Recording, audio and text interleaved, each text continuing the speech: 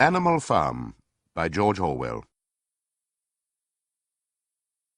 Mr. Jones of the Manor Farm had locked the hen houses for the night, but was too drunk to remember to shut the pop holes.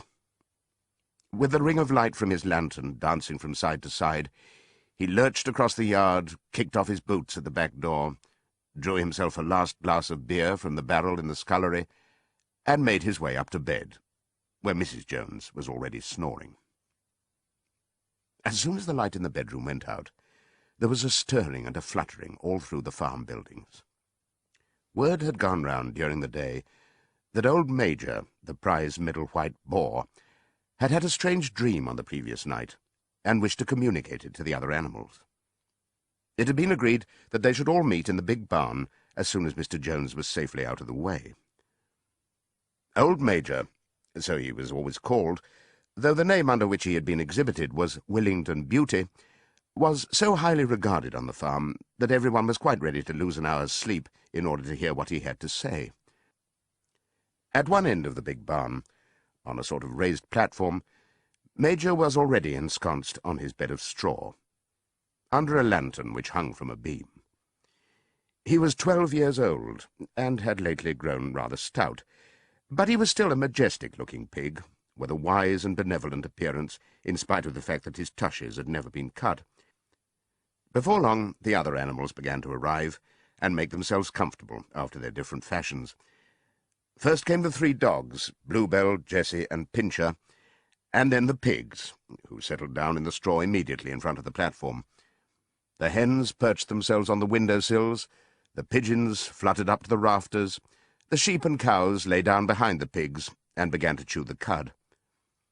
The 2 cart horses, Boxer and Clover, came in together, walking very slowly, and setting down their vast hairy hoofs with great care, lest there should be some small animal concealed in the straw. Clover was a stout, motherly mare approaching middle life, who had never quite got her figure back after her 4th foal. Boxer was an enormous beast, nearly 18 hands high, and as strong as any 2 ordinary horses put together.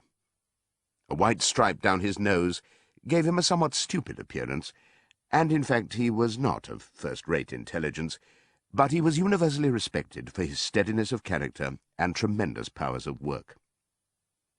After the horses came Muriel, the white goat, and Benjamin, the donkey. Benjamin was the oldest animal on the farm, and the worst-tempered. He seldom talked, and when he did it was usually to make some cynical remark. For instance, he would say that God had given him a tail to keep the flies off, but that he would sooner have had no tail and no flies. Alone among the animals on the farm, he never laughed. If asked why, he would say that he saw nothing to laugh at. Nevertheless, without openly admitting it, he was devoted to Boxer. The 2 of them usually spent their Sundays together in the small paddock beyond the orchard, grazing side by side and never speaking. The 2 horses had just lain down when a brood of ducklings, which had lost their mother, filed into the barn, cheeping feebly and wandering from side to side to find some place where they would not be trodden on. Clover made a sort of wall round them with her great foreleg, and the ducklings nestled down inside it and promptly fell asleep. At the last moment, Molly, the foolish, pretty white mare who drew Mr. Jones's trap, came mincing daintily in, chewing at a lump of sugar. She took a place near the front and began flirting her white mane, hoping to draw attention to the red ribbons it was plaited with. Last of all came the cat, who looked round as usual for the warmest place, and finally squeezed herself in between Boxer and Clover. There she purred contentedly throughout Major's speech, without listening to a word of what he was saying. All the animals were now present, except Moses, the tame raven, who slept on a perch behind the back door. When Major saw that they had all made themselves comfortable, and were waiting attentively, he cleared his throat and began, "Comrades, you have already heard about the strange dream that I had last night. But I will come to the dream later. I have something else to say first. I do not think, comrades, that I shall be with you for many months longer, and before I die, I feel it my duty to pass on to you such wisdom as I have acquired. I have had a long life. I have had much time for thought as I lay alone in my stall, and I think I may say that I understand the nature of life on this earth as well as any animal now living. It is about this that I wish to speak to you. Now, comrades, what is the nature of this life of ours? Let us face it, our lives are miserable, laborious, and short. We are born, we are given just so much food as will keep the breath in our bodies, and those of us who are capable of it are forced to work to the last atom of our strength. And the very instant that our usefulness has come to an end, we are slaughtered with hideous cruelty. No animal in England knows the meaning of happiness or leisure after he is a year old. No animal in England is free. The life of an animal is misery and slavery. That is the plain truth. But is this simply part of the order of nature? Is it because this land of ours is so poor that it cannot afford a decent life to those who dwell upon it? No, comrades. 1,000 times no. The soil of England is fertile. Its climate is good. It is capable of affording food in abundance to an enormously greater number of animals than now inhabit it. This single farm of ours would support 12 horses, 20 cows, hundreds of sheep, and all of them living in a comfort and a dignity that are now almost beyond our imagining. Why, then, do we continue in this miserable condition? Because nearly the whole of the produce of our labor is stolen from us by human beings. There, comrades, is the answer to all our problems. It is summed up in a single word: man. Man is the only real enemy we have. Remove man from the scene, and the root cause of hunger and overwork is abolished forever. Man is the only creature that consumes without producing. He does not give milk, he does not lay eggs, he is too weak to pull the plough, he cannot run fast enough to catch rabbits, yet he is lord of all the animals. He sets them to work, he gives back to them the bare minimum that will prevent them from starving, and the rest he keeps for himself.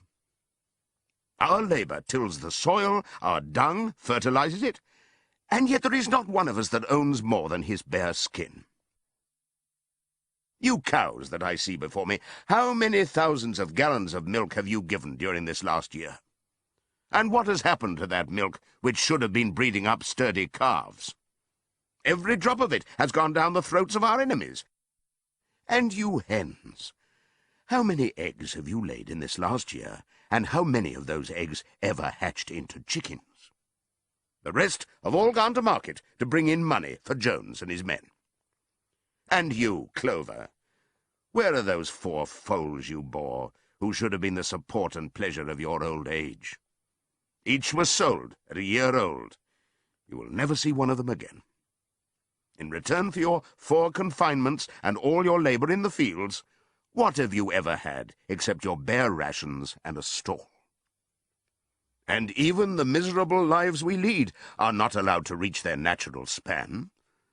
For myself, I do not grumble, for I am one of the lucky ones.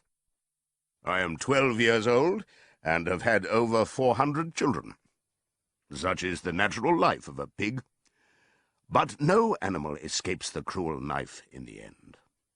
You young porkers who are sitting in front of me, every one of you will scream your lives out at the block within a year. To that horror we all must come. Cows, pigs, hens, sheep, everyone. Even the horses and the dogs have no better fate. You, Boxer, the very day that those great muscles of yours lose their power, Jones will sell you to the knacker, who will cut your throat and boil you down for the foxhounds. As for the dogs, when they grow old and toothless, Jones ties a brick round their necks and drowns them in the nearest pond. Is it not crystal clear, then, comrades, that all the evils of this life of ours spring from the tyranny of human beings? Only get rid of man, and the produce of our labor would be our own. Almost overnight we could become rich and free. What, then, must we do? Why, work night and day, body and soul, for the overthrow of the human race. That is my message to you, comrades. Rebellion. I do not know when that rebellion will come.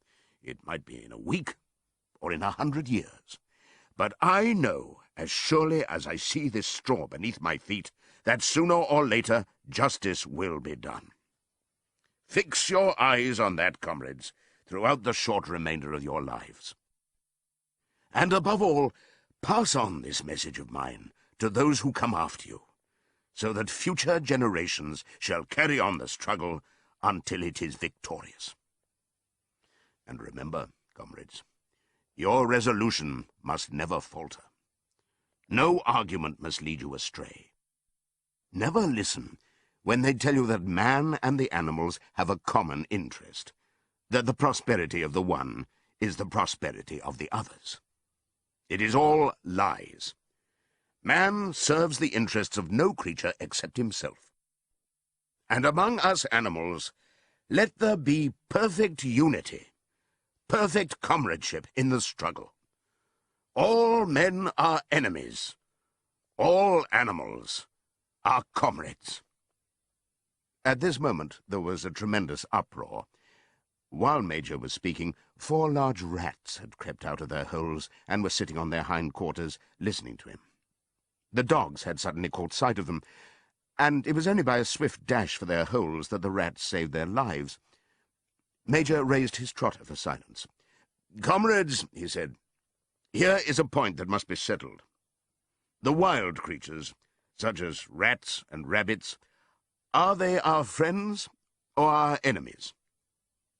Let us put it to the vote. I propose this question to the meeting. Are rats comrades?" The vote was taken at once, and it was agreed by an overwhelming majority that rats were comrades. There were only 4 dissentients, the 3 dogs and the cat, who was afterwards discovered to have voted on both sides.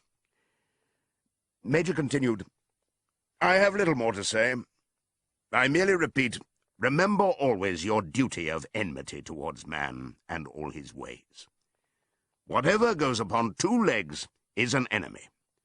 Whatever goes upon 4 legs, or has wings, is a friend. And remember also that in fighting against man, we must not come to resemble him. Even when you have conquered him, do not adopt his vices.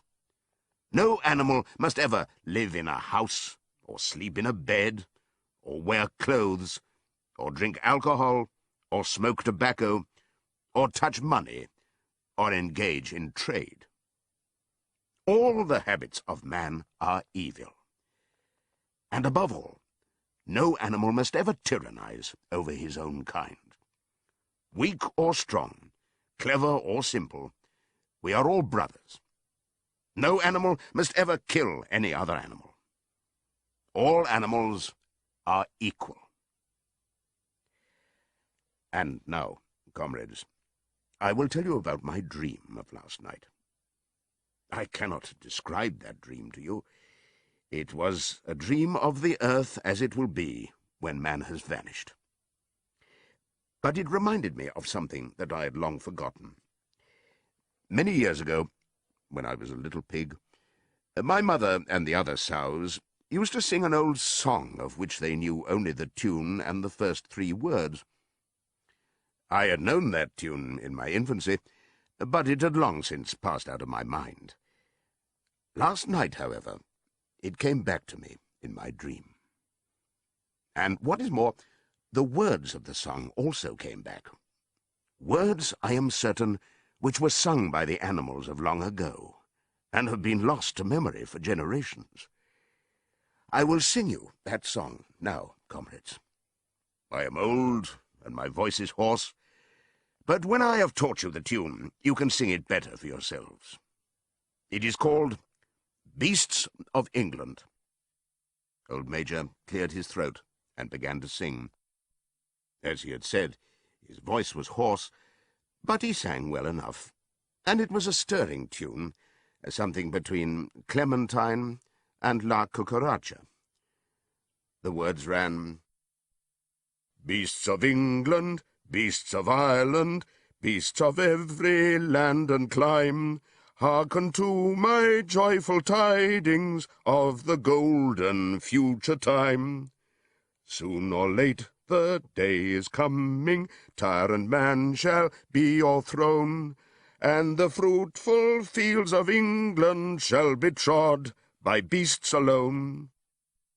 Rings shall vanish from our noses, and the harness from our back.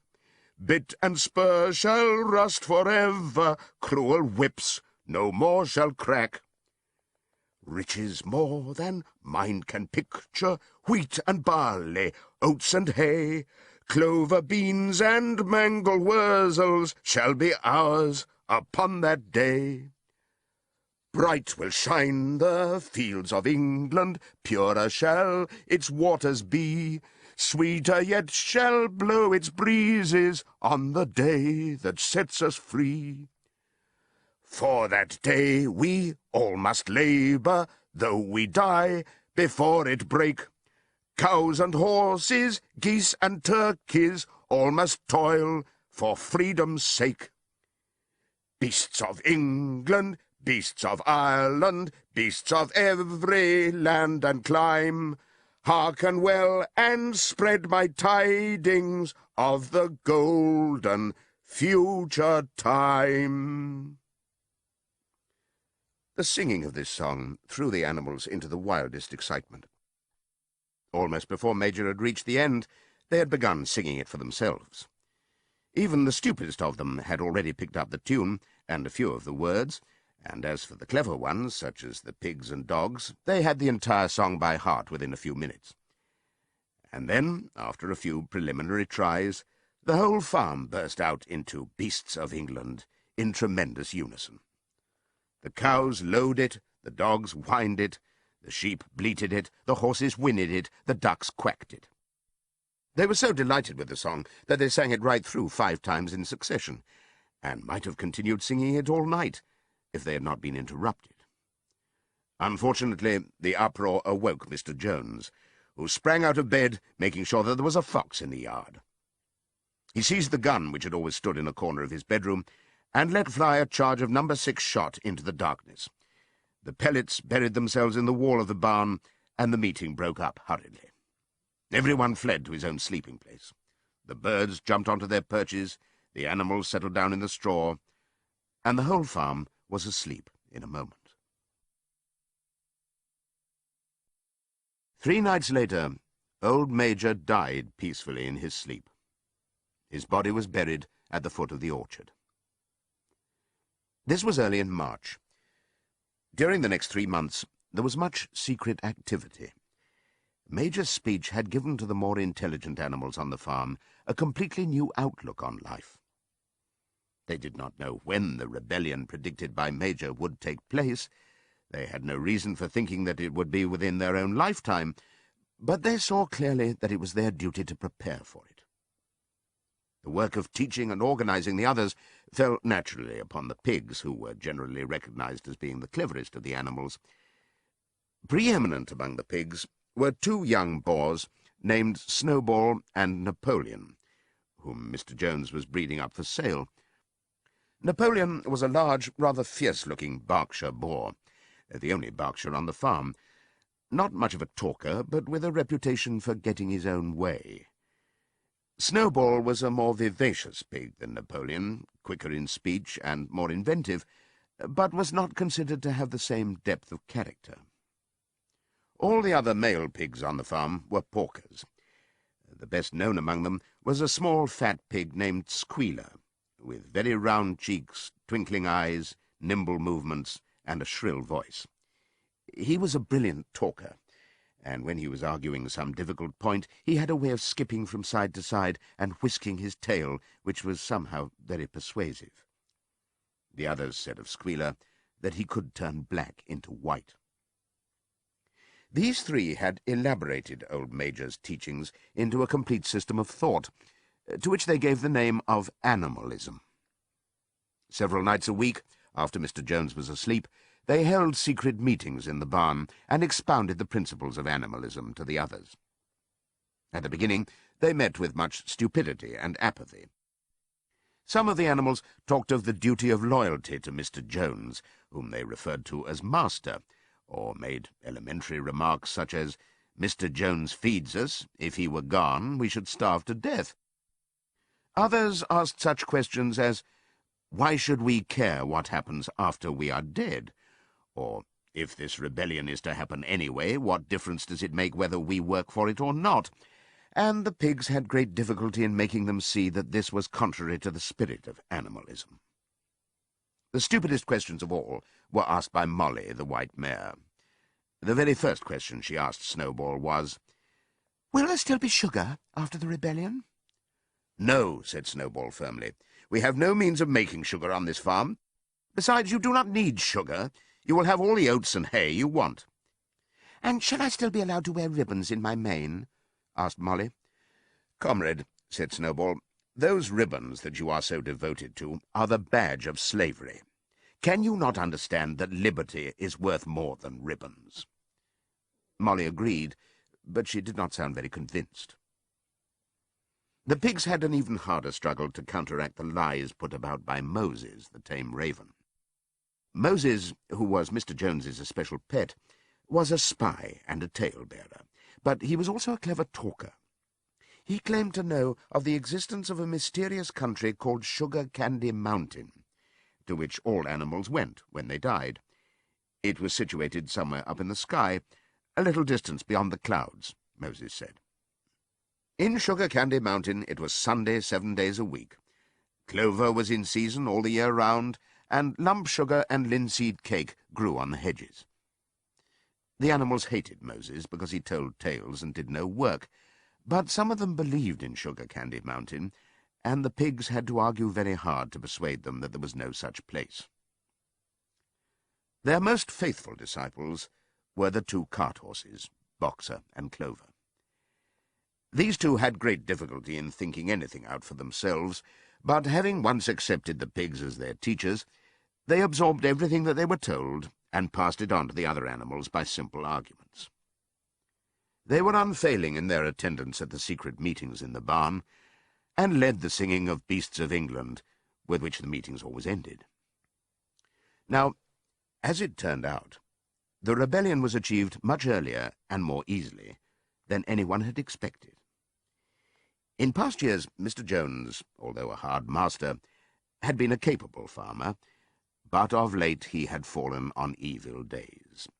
He had become much disheartened after losing money in a lawsuit, and had taken to drinking more than was good for him. For whole days at a time he would lounge in his Windsor chair in the kitchen, reading the newspapers, drinking, and occasionally feeding Moses on crusts of bread soaked in beer. His men were idle and dishonest. The fields were full of weeds, the buildings wanted roofing, the hedges were neglected, and the animals were underfed. June came, and the hay was almost ready for cutting. On Midsummer's Eve, which was a Saturday, Mr. Jones went into Willingdon and got so drunk at the Red Lion that he did not come back till midday on Sunday. The men had milked the cows in the early morning, and then had gone out rabbiting, without bothering to feed the animals. When Mr. Jones got back, he immediately went to sleep on the drawing-room sofa with the news of the world over his face, so that when evening came, the animals were still unfed. At last they could stand it no longer. One of the cows broke in the door of the store shed with her horn, and all the animals began to help themselves from the bins.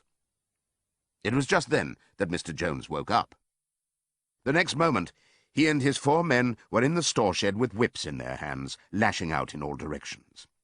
This was more than the hungry animals could bear.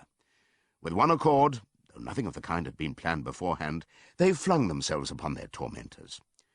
Jones and his men suddenly found themselves being butted and kicked from all sides. The situation was quite out of their control. They had never seen animals behave like this before, and this sudden uprising of creatures whom they were used to thrashing and maltreating just as they chose frightened them almost out of their wits. After only a moment or two, they gave up trying to defend themselves and took to their heels. A minute later, all 5 of them were in full flight down the cart track that led to the main road, with the animals pursuing them in triumph. Mrs. Jones looked out of the bedroom window, saw what was happening, hurriedly flung a few possessions into a carpet bag, and slipped out of the farm by another way. Moses sprang off his perch and flapped after her, croaking loudly. Meanwhile, the animals had chased Jones and his men out onto the road and slammed the 5-barred gate behind them. And so, almost before they knew what was happening, the rebellion had been successfully carried through. Jones was expelled, and the manor farm was theirs. For the first few minutes, the animals could hardly believe in their good fortune. Their first act was to gallop in a body right round the boundaries of the farm, as though to make quite sure that no human being was hiding anywhere upon it. Then they raced back to the farm buildings to wipe out the last traces of Jones's hated reign. The harness room at the end of the stables was broken open. The bits, the nose rings, the dog chains, the cruel knives with which Mr. Jones had been used to castrate the pigs and lambs were all flung down the well. The reins, the halters, the blinkers, the degrading nose-bags were thrown onto the rubbish fire which was burning in the yard. So were the whips. All the animals capered with joy when they saw the whips going up in flames. Snowball also threw onto the fire the ribbons with which the horses' manes and tails had usually been decorated on market days. Ribbons, he said, should be considered as clothes, which are the mark of a human being. All animals should go naked.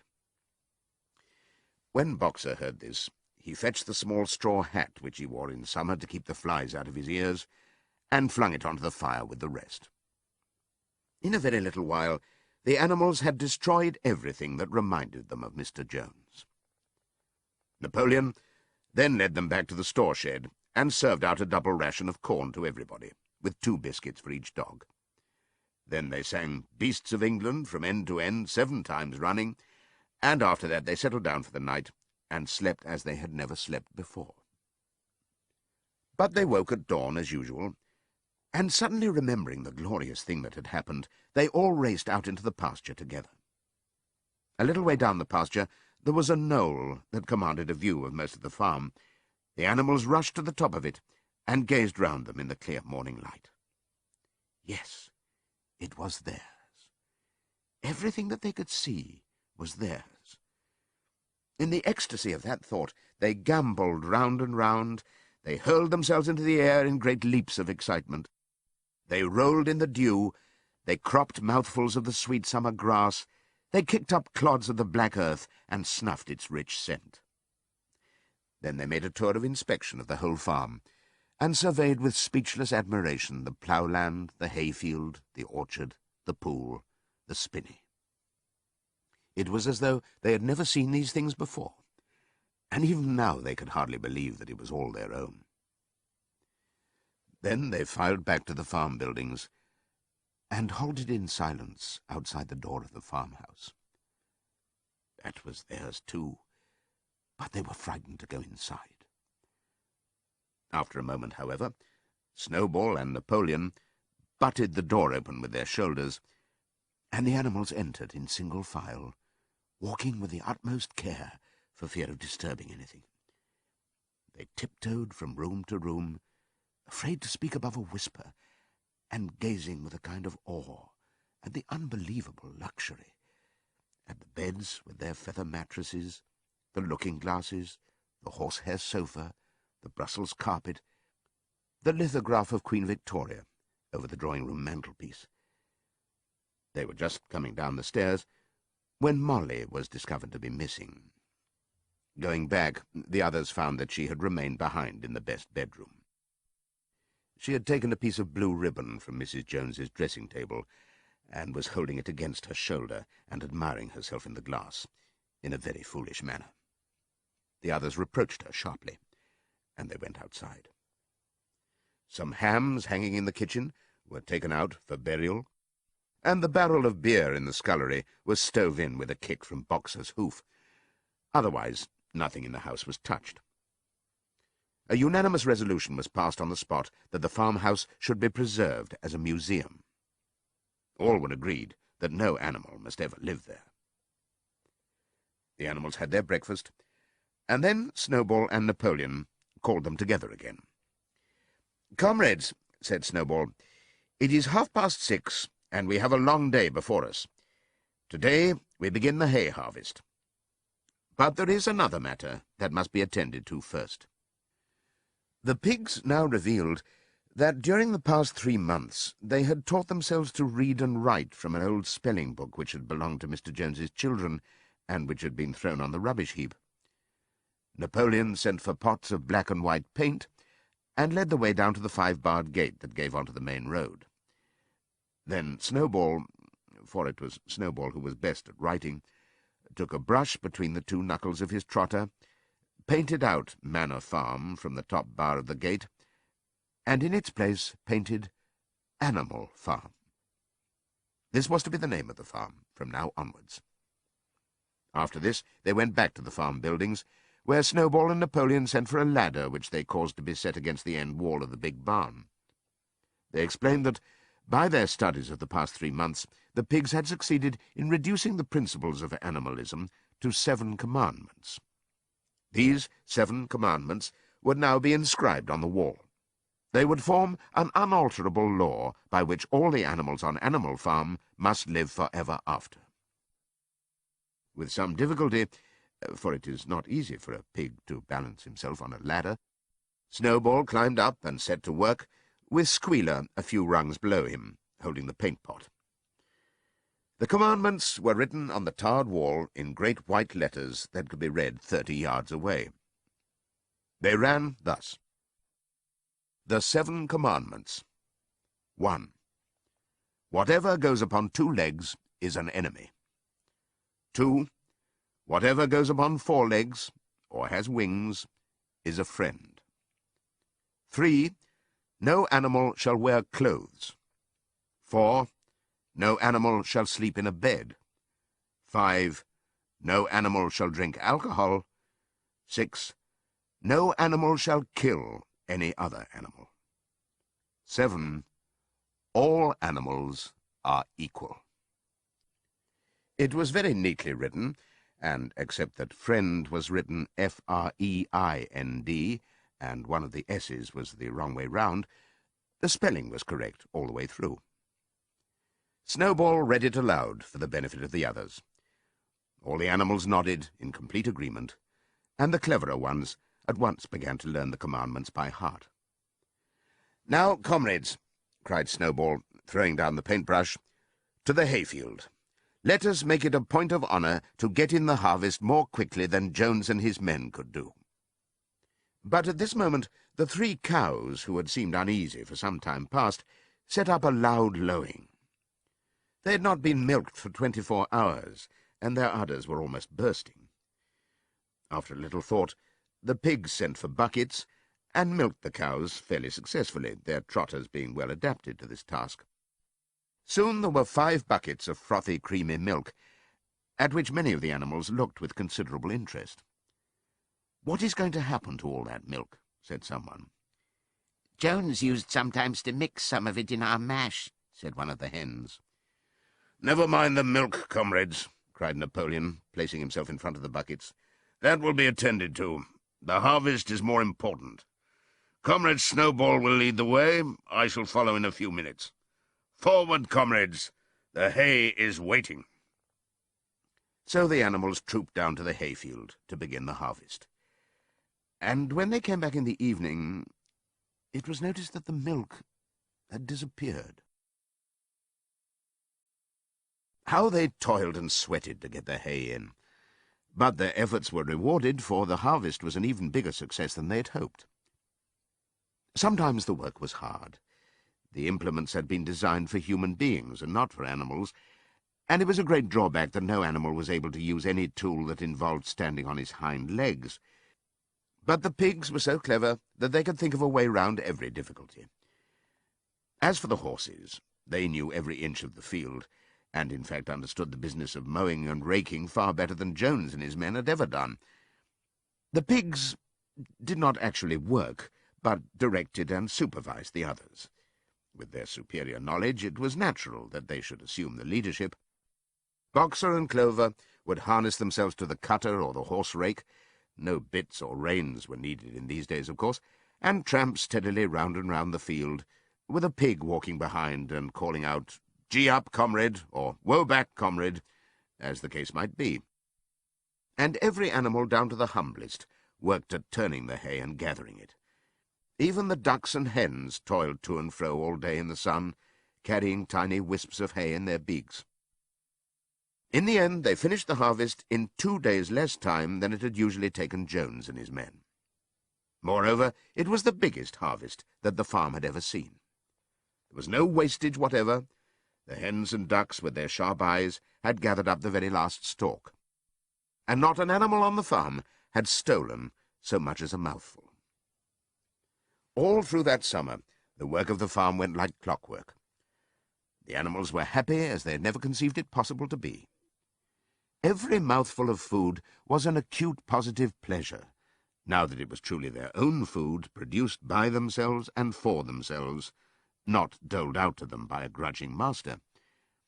With the worthless parasitical human beings gone, there was more for everyone to eat. There was more leisure, too, inexperienced though the animals were. They met with many difficulties. For instance, later in the year, when they harvested the corn, they had to tread it out in the ancient style and blow away the chaff with their breath, since the farm possessed no threshing machine. But the pigs, with their cleverness, and Boxer, with his tremendous muscles, always pulled them through. Boxer was the admiration of everybody. He had been a hard worker, even in Jones's time, but now he seemed more like 3 horses than 1. There were days when the entire work of the farm seemed to rest upon his mighty shoulders. From morning to night he was pushing and pulling, always at the spot where the work was hardest. He had made an arrangement with one of the cockerels to call him in the mornings half an hour earlier than anyone else, and would put in some volunteer labour at whatever seemed to be most needed before the regular day's work began. His answer to every problem, every setback, was, "I will work harder," which he had adopted as his personal motto. But everyone worked according to his capacity. The hens and ducks, for instance, saved 5 bushels of corn at the harvest by gathering up the stray grains. Nobody stole, nobody grumbled over his rations. The quarrelling and biting and jealousy, which had been normal features of life in the old days, had almost disappeared. Nobody shirked, or almost nobody. Molly, it was true, was not good at getting up in the mornings, and had a way of leaving work early on the ground that there was a stone in her hoof. And the behaviour of the cat was somewhat peculiar. It was soon noticed that when there was work to be done, the cat could never be found. She would vanish for hours on end, and then reappear at meal times, or in the evening after work was over, as though nothing had happened. But she always made such excellent excuses and purred so affectionately that it was impossible not to believe in her good intentions. Old Benjamin the donkey seemed quite unchanged since the rebellion.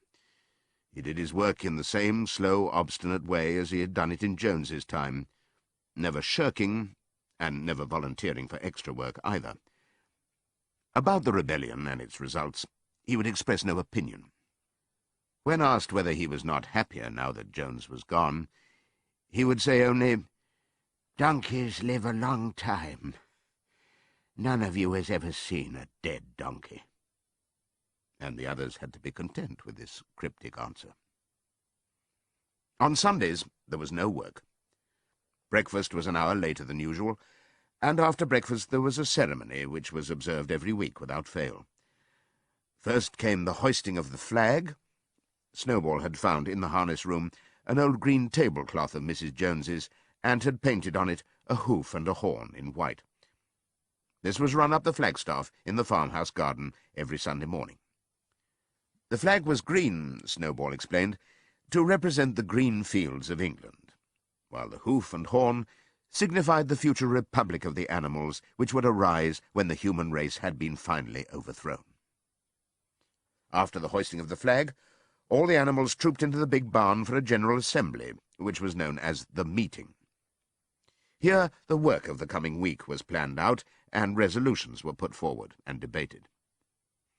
It was always the pigs who put forward the resolutions. The other animals understood how to vote, but could never think of any resolutions of their own. Snowball and Napoleon were by far the most active in the debates. But it was noticed that these two were never in agreement. Whatever suggestion either of them made, the other could be counted on to oppose it. Even when it was resolved, a thing no one could object to in itself, to set aside the small paddock behind the orchard as a home of rest for animals who were past work, there was a stormy debate over the correct retiring age for each class of animal. The meeting always ended with the singing of Beasts of England, and the afternoon was given up to recreation. The pigs had set aside the harness room as a headquarters for themselves. Here, in the evenings, they studied blacksmithing, carpentering, and other necessary arts from books which they had brought out of the farmhouse. Snowball also busied himself with organizing the other animals into what he called animal committees. He was indefatigable at this. He formed the Egg Production Committee for the hens, the Clean Tails League for the cows, the Wild Comrades Re-Education Committee — the object of this was to tame the rats and rabbits — the Whiter Wool Movement for the sheep, and various others, besides instituting classes in reading and writing. On the whole, these projects were a failure. The attempt to tame the wild creatures, for instance, broke down almost immediately. They continued to behave very much as before, and when treated with generosity, simply took advantage of it. The cat joined the Re-Education Committee and was very active in it for some days. She was seen one day sitting on a roof and talking to some sparrows who were just out of her reach. She was telling them that all animals were now comrades, and that any sparrow who chose could come and perch on her paw. But the sparrows kept their distance. The reading and writing classes, however, were a great success. By the autumn, almost every animal on the farm was literate in some degree. As for the pigs, they could already read and write perfectly. The dogs learned to read fairly well, but were not interested in reading anything except the 7 Commandments. Muriel, the goat, could read somewhat better than the dogs, and sometimes used to read to the others in the evenings from scraps of newspaper which she found on the rubbish heap. Benjamin could read as well as any pig, but never exercised his faculty.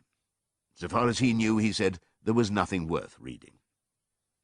Clover learned the whole alphabet, but could not put words together. Boxer could not get beyond the letter D. He would trace out A, B, C, D in the dust with his great hoof, and then would stand staring at the letters with his ears back, sometimes shaking his forelock, trying with all his might to remember what came next, and never succeeding. On several occasions, indeed, he did learn E, F, G, H, but by the time he knew them, it was always discovered that he had forgotten A, B, C, and D. Finally, he decided to be content with the first 4 letters, and used to write them out once or twice every day to refresh his memory. Molly refused to learn any but the 5 letters which spelt her own name. She would form these very neatly out of pieces of twig, and would then decorate them with a flower or two, and walk round them, admiring them. None of the other animals on the farm could get further than the letter A. It was also found that the stupider animals, such as the sheep, hens, and ducks, were unable to learn the 7 Commandments by heart. After much thought, Snowball declared that the 7 Commandments could in effect be reduced to a single maxim, namely, 4 legs good, 2 legs bad.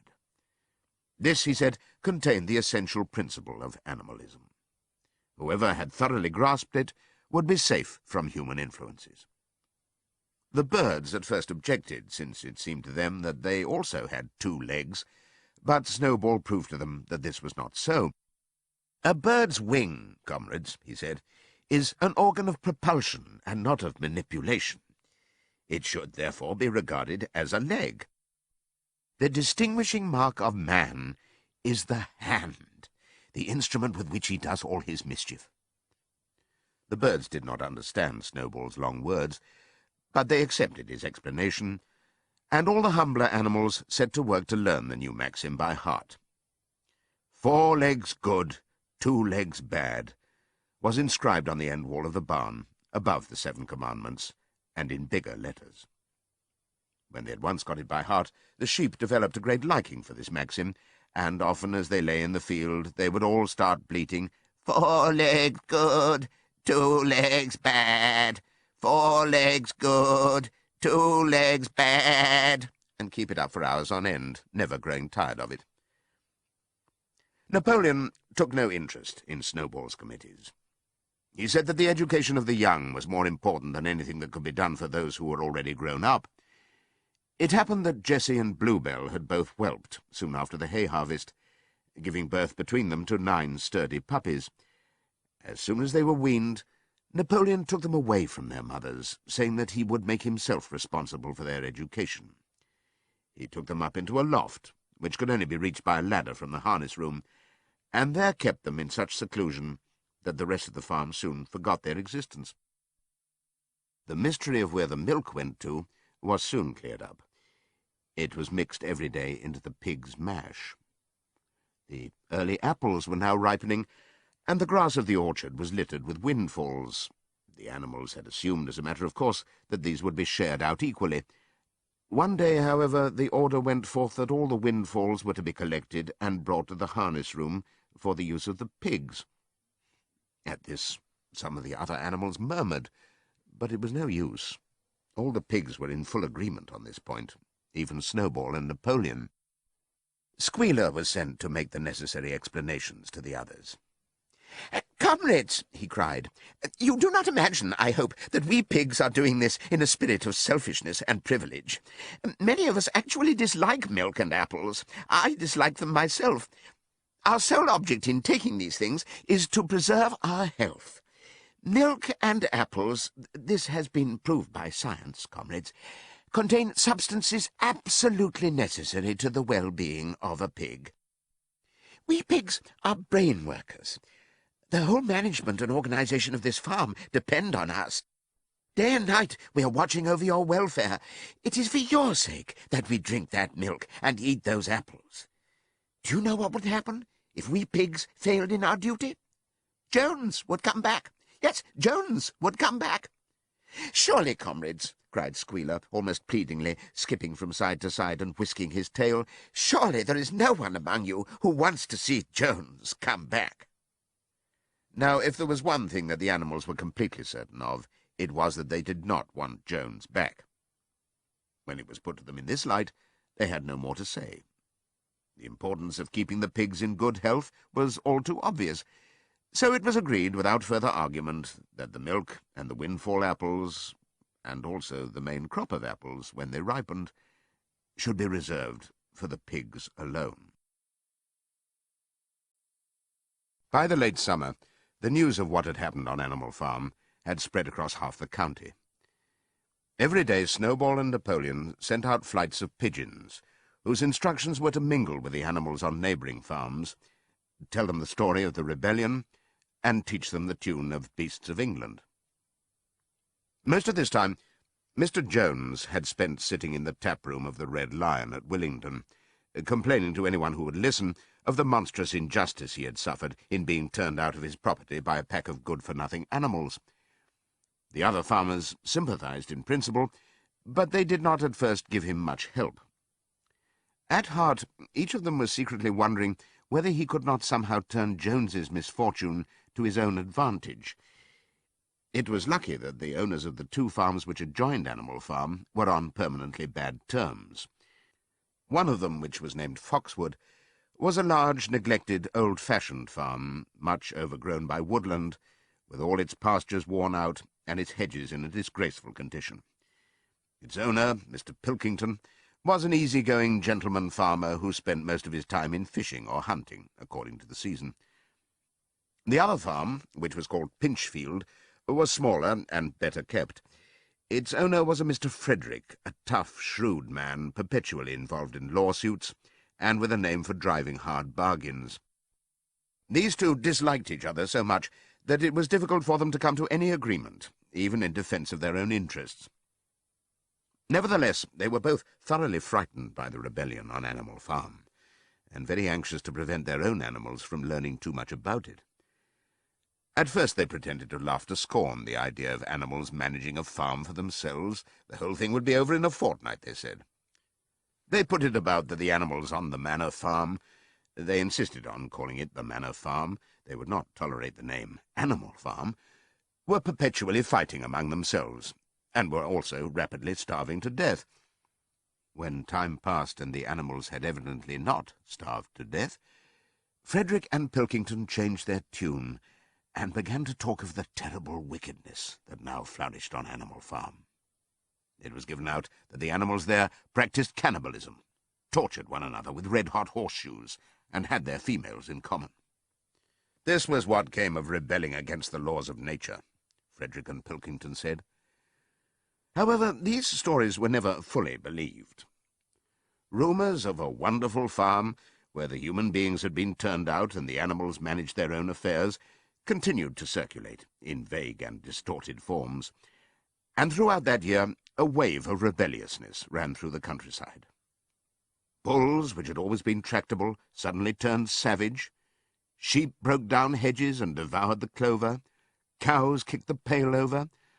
Hunters refused their fences and shot their riders onto the other side. Above all, the tune and even the words of Beasts of England were known everywhere. It had spread with astonishing speed. The human beings could not contain their rage when they heard this song, though they pretended to think it merely ridiculous. They could not understand, they said, how even animals could bring themselves to sing such contemptible rubbish. Any animal caught singing it was given a flogging on the spot. And yet the song was irrepressible. The blackbirds whistled it in the hedges, the pigeons cooed it in the elms, it got into the din of the smithies and the tune of the church bells.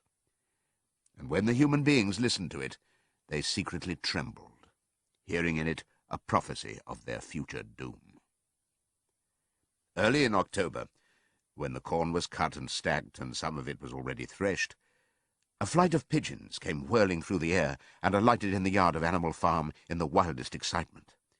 Jones and all his men, with half a dozen others from Foxwood and Pinchfield, had entered the 5-barred gate and were coming up the cart track that led to the farm. They were all carrying sticks, except Jones, who was marching ahead with a gun in his hands. Obviously, they were going to attempt the recapture of the farm. This had long been expected, and all preparations had been made. Snowball, who had studied an old book of Julius Caesar's campaigns, which he had found in the farmhouse, was in charge of the defensive operations. He gave his orders quickly, and in a couple of minutes every animal was at his post. As the human beings approached the farm buildings, Snowball launched his first attack. All the pigeons, to the number of 35, flew to and fro over the men's heads and dropped their dung on them from mid-air. And while the men were dealing with this, the geese, who had been hiding behind the hedge, rushed out and pecked viciously at the calves of their legs. However, this was only a light skirmishing manoeuvre, intended to create a little disorder, and the men easily drove the geese off with their sticks. Snowball now launched his second line of attack. Muriel, Benjamin, and all the sheep, with Snowball at the head of them, rushed forward and prodded and butted the men from every side, while Benjamin turned round and lashed at them with his small hoofs. But once again the men, with their sticks and their hobnailed boots, were too strong for them, and suddenly, at a squeal from Snowball, which was the signal for retreat, all the animals turned and fled through the gateway into the yard. The men gave a shout of triumph. They saw, as they imagined, their enemies in flight, and they rushed after them in disorder. This was just what Snowball had intended. As soon as they were well inside the yard, the 3 horses, the 3 cows, and the rest of the pigs, who had been lying in ambush in the cowshed, suddenly emerged in their rear, cutting them off. Snowball now gave the signal for the charge. He himself dashed straight for Jones. Jones saw him coming, raised his gun, and fired. The pellets scored bloody streaks along Snowball's back, and a sheep dropped dead. Without halting for an instant, Snowball flung his 15 stone against Jones's legs. Jones was hurled into a pile of dung, and his gun flew out of his hands. But the most terrifying spectacle of all was Boxer, rearing up on his hind legs and striking out with his great iron-shod hoofs like a stallion. His very first blow took a stable lad from Foxwood on the skull and stretched him lifeless in the mud. At the sight, several men dropped their sticks and started to run. Panic overtook them, and the next moment all the animals together were chasing them round and round the yard. They were gored, kicked, bitten, trampled on. There was not an animal on the farm that did not take vengeance on them after his own fashion. Even the cat suddenly leapt off a roof onto a cowman's shoulders and sank her claws in his neck, at which he yelled horribly. At a moment when the opening was clear, the men were glad enough to rush out of the yard and make a bolt for the main road. And so, within 5 minutes of their invasion, they were in ignominious retreat by the same way as they had come, with a flock of geese hissing after them and pecking at their calves all the way. All the men were gone, except one. Back in the yard, Boxer was pawing with his hoof at the stable lad, who lay face down in the mud, trying to turn him over. The boy did not stir. "He is dead," said Boxer sorrowfully. "I had no intention of doing that. I forgot that I was wearing iron shoes. Who will believe that I did not do this on purpose?" "No sentimentality, comrade," cried Snowball, from whose wounds the blood was still dripping. "War is war. The only good human being is a dead one." "I have no wish to take life, not even human life," repeated Boxer, and his eyes were full of tears. "Where is Molly?" exclaimed somebody. Molly, in fact, was missing. For a moment there was great alarm. It was feared that the men might have harmed her in some way, or even carried her off with them. In the end, however, she was found hiding in her stall, with her head buried among the hay in the manger. She had taken to flight as soon as the gun went off, and when the others came back from looking for her, it was to find that the stable lad, who in fact was only stunned, had already recovered and made off. The animals had now reassembled in the wildest excitement, each recounting his own exploits in the battle at the top of his voice. An impromptu celebration of the victory was held immediately. The flag was run up, and Beasts of England was sung a number of times. Then the sheep who had been killed was given a solemn funeral, a hawthorn bush being planted on her grave. At the graveside, Snowball made a little speech, emphasizing the need for all animals to be ready to die for Animal Farm if need be. The animals decided unanimously to create a military decoration, Animal Hero First Class, which was conferred there and then on Snowball and Boxer. It consisted of a brass medal — they were really some old horse brasses which had been found in the harness room — to be worn on Sundays and holidays. There was also Animal Hero Second Class, which was conferred posthumously on the dead sheep. There was much discussion as to what the battle should be called. In the end, it was named the Battle of the Cowshed, since that was where the ambush had been sprung.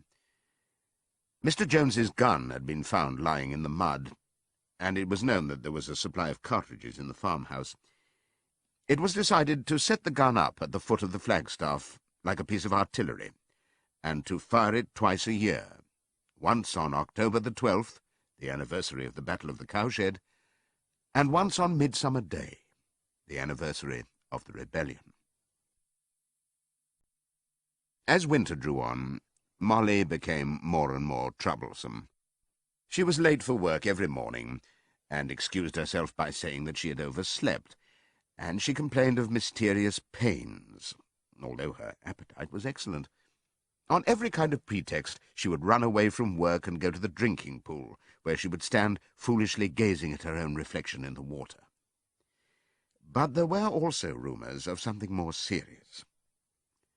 One day, as Molly strolled blithely into the yard, flirting her long tail and chewing at a stalk of hay, Clover took her aside. "Molly," she said, "I have something very serious to say to you. This morning I saw you looking over the hedge that divides Animal Farm from Foxwood. One of Mr. Pilkington's men was standing on the other side of the hedge, and I was a long way away, but I'm almost certain I saw this. He was talking to you, and you were allowing him to stroke your nose. What does that mean, Molly?" "It didn't. I wasn't. It isn't true," cried Molly, beginning to prance about and paw the ground. "Molly, look me in the face. Do you give me your word of honour that that man was not stroking your nose?" "It isn't true," repeated Molly, But she could not look Clover in the face, and the next moment she took to her heels and galloped away into the field. A thought struck Clover. Without saying anything to the others, she went to Molly's stall and turned over the straw with her hoof. Hidden under the straw was a little pile of lump sugar and several bunches of ribbon of different colours. 3 days later, Molly disappeared. For some weeks, nothing was known of her whereabouts. Then the pigeons reported that they had seen her on the other side of Willingdon. She was between the shafts of a smart dog-cart, painted red and black, which was standing outside a public house. A fat, red-faced man in check breeches and gaiters, who looked like a publican, was stroking her nose and feeding her with sugar. Her coat was newly clipped, and she wore a scarlet ribbon round her forelock. She appeared to be enjoying herself, so the pigeons said. None of the animals ever mentioned Molly again. In January, there came bitterly hard weather.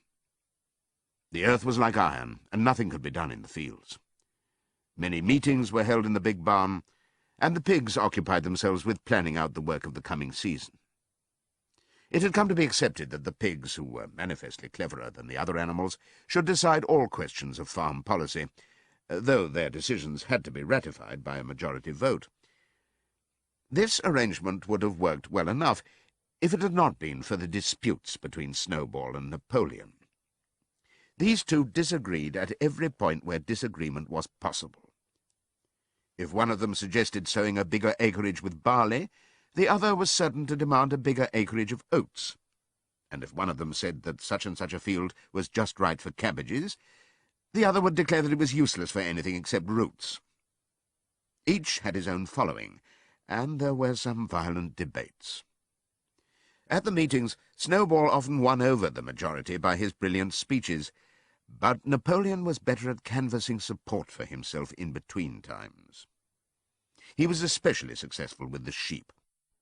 Of late the sheep had taken to bleating, 4 legs good, 2 legs bad, both in and out of season, and they often interrupted the meeting with this. It was noticed that they were especially liable to break into 4 legs good, 2 legs bad at crucial moments in Snowball's speeches.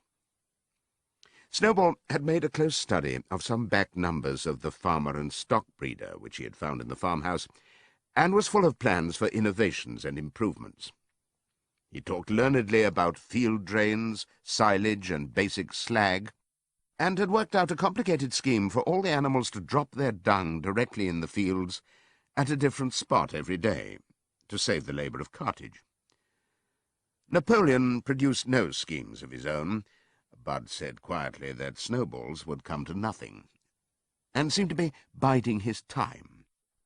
But of all their controversies, none was so bitter as the one that took place over the windmill. In the long pasture, not far from the farm buildings, there was a small knoll, which was the highest point on the farm. After surveying the ground, Snowball declared that this was just the place for a windmill, which could be made to operate a dynamo and supply the farm with electrical power. This would light the stalls and warm them in winter, and would also run a circular saw, a chaff cutter, a mangle slicer, and an electric milking machine. The animals had never heard of anything of this kind before, for the farm was an old-fashioned one and had only the most primitive machinery, and they listened in astonishment, while Snowball conjured up pictures of fantastic machines which would do their work for them, while they grazed at their ease in the fields, or improved their minds with reading and conversation. Within a few weeks, Snowball's plans for the windmill were fully worked out. The mechanical details came mostly from 3 books which had belonged to Mr. Jones: 1,000 Useful Things to Do About the House, Every Man His Own Bricklayer, and Electricity for Beginners. Snowball used as his study a shed which had once been used for incubators and had a smooth wooden floor suitable for drawing on. He was closeted there for hours at a time. With his books held open by a stone, and with a piece of chalk gripped between the knuckles of his trotter, he would move rapidly to and fro, drawing in line after line, and uttering little whimpers of excitement. Gradually the plans grew into a complicated mass of cranks and cog-wheels, covering more than half the floor, which the other animals found completely unintelligible, but very impressive. All of them came to look at Snowball's drawings at least once a day. Even the hens and ducks came, and were at pains not to tread on the chalk marks. Only Napoleon held aloof. He had declared himself against the windmill from the start. One day, however, he arrived unexpectedly to examine the plans. He walked heavily round the shed, looked closely at every detail of the plans, and snuffed at them once or twice, then stood for a little while contemplating them out of the corner of his eye. Then suddenly he lifted his leg, urinated over the plans, and walked out without uttering a word. The whole farm was deeply divided on the subject of the windmill. Snowball did not deny that to build it would be a difficult business. Stone would have to be quarried and built up into walls, then the sails would have to be made, and after that there would be need for dynamos and cables. How these were to be procured, Snowball did not say, but he maintained that it could all be done in a year, and thereafter, he declared, so much labour would be saved that the animals would only need to work 3 days a week. Napoleon, on the other hand, argued that the great need of the moment was to increase food production, and that if they wasted time on the windmill, they would all starve to death. The animals formed themselves into 2 factions, under the slogans, "Vote for Snowball and the 3-day week," and "Vote for Napoleon and the full manger." Benjamin was the only animal who did not side with either faction. He refused to believe either that food would become more plentiful, or that the windmill would save work. Windmill or no windmill, he said, life would go on as it had always gone on. That is, badly. Apart from the disputes over the windmill, there was the question of the defence of the farm. It was fully realized that though the human beings had been defeated in the Battle of the Cowshed, they might make another and more determined attempt to recapture the farm and reinstate Mr. Jones. They had all the more reason for doing so, because the news of their defeat had spread across the countryside and made the animals on the neighbouring farms more restive than ever. As usual, Snowball and Napoleon were in disagreement. According to Napoleon, what the animals must do was to procure firearms and train themselves in the use of them. According to Snowball, they must send out more and more pigeons and stir up rebellion among the animals on the other farms. The one argued that if they could not defend themselves, they were bound to be conquered. The other argued that if rebellions happened everywhere, they would have no need to defend themselves. The animals listened first to Napoleon, then to Snowball, and could not make up their minds which was right. Indeed, they always found themselves in agreement with the one who was speaking at the moment. At last the day came when Snowball's plans were completed. At the meeting on the following Sunday, the question of whether or not to begin work on the windmill was to be put to the vote. When the animals had assembled in the big barn, Snowball stood up and, though occasionally interrupted by bleating from the sheep, set forth his reasons for advocating the building of the windmill. Then Napoleon stood up to reply. He said very quietly that the windmill was nonsense, and that he advised nobody to vote for it, and promptly sat down again. He had spoken for barely 30 seconds, and seemed almost indifferent as to the effect he produced. At this, Snowball sprang to his feet, and, shouting down the sheep, who had begun bleating again, broke into a passionate appeal in favour of the windmill. Until now, the animals had been about equally divided in their sympathies, but in a moment Snowball's eloquence had carried them away. In glowing sentences, he painted a picture of Animal Farm as it might be when sordid labour was lifted from the animals' backs. His imagination had now run far beyond chaff-cutters and turnip slicers. Electricity, he said, could operate threshing machines, ploughs, harrows, rollers and reapers and binders, besides supplying every stall with its own electric light, hot and cold water, and an electric heater. By the time he'd finished speaking, there was no doubt as to which way the vote would go. But just at this moment, Napoleon stood up and, casting a peculiar sidelong look at Snowball, uttered a high-pitched whimper of a kind no one had ever heard him utter before. At this, There was a terrible baying sound outside, and 9 enormous dogs wearing brass-studded collars came bounding into the barn. They dashed straight for Snowball, who only sprang from his place just in time to escape their snapping jaws. In a moment he was out of the door, and they were after him. Too amazed and frightened to speak, all the animals crowded through the door to watch the chase. Snowball was racing across the long pasture that led to the road. He was running as only a pig can run, but the dogs were close on his heels. Suddenly he slipped, and it seemed certain that they had him.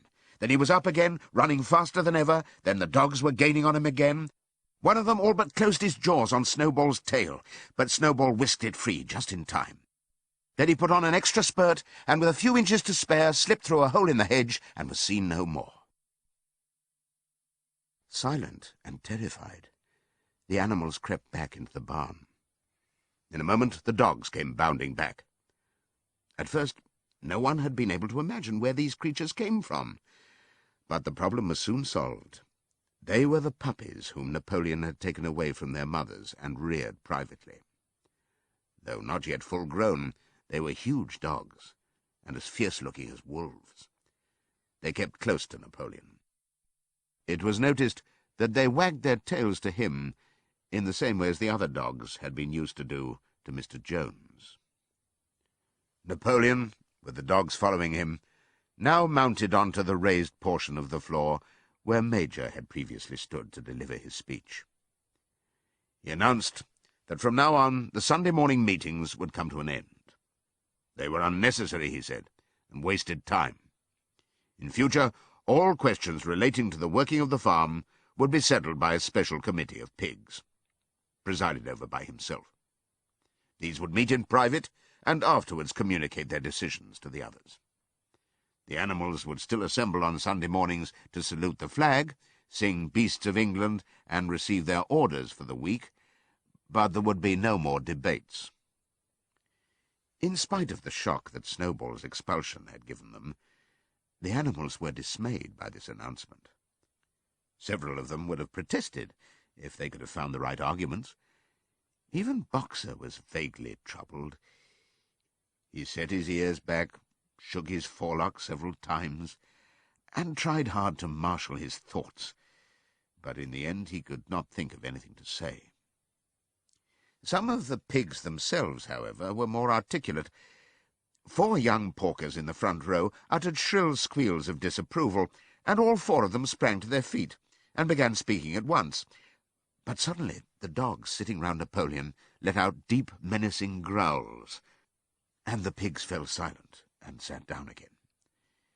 Then the sheep broke out into a tremendous bleating of 4 legs good, 2 legs bad, which went on for nearly a quarter of an hour and put an end to any chance of discussion. Afterwards, Squealer was sent round the farm to explain the new arrangement to the others. "Comrades," he said, "I trust that every animal here appreciates the sacrifice that Comrade Napoleon has made in taking this extra labour upon himself. Do not imagine, comrades, that leadership is a pleasure. On the contrary, it is a deep and heavy responsibility. No one believes more firmly than Comrade Napoleon that all animals are equal. He would be only too happy to let you make your decisions for yourselves. But sometimes you might make the wrong decisions, comrades, and then where should we be? Suppose you had decided to follow Snowball, with his moonshine of windmills. Snowball, who, as we now know, was no better than a criminal." "He fought bravely at the Battle of the Cowshed," said somebody. "Bravery is not enough," said Squealer. "Loyalty and obedience are more important. And as to the Battle of the Cowshed, I believe the time will come when we shall find that Snowball's part in it was much exaggerated. Discipline, comrades, iron discipline, that is the watchword for today.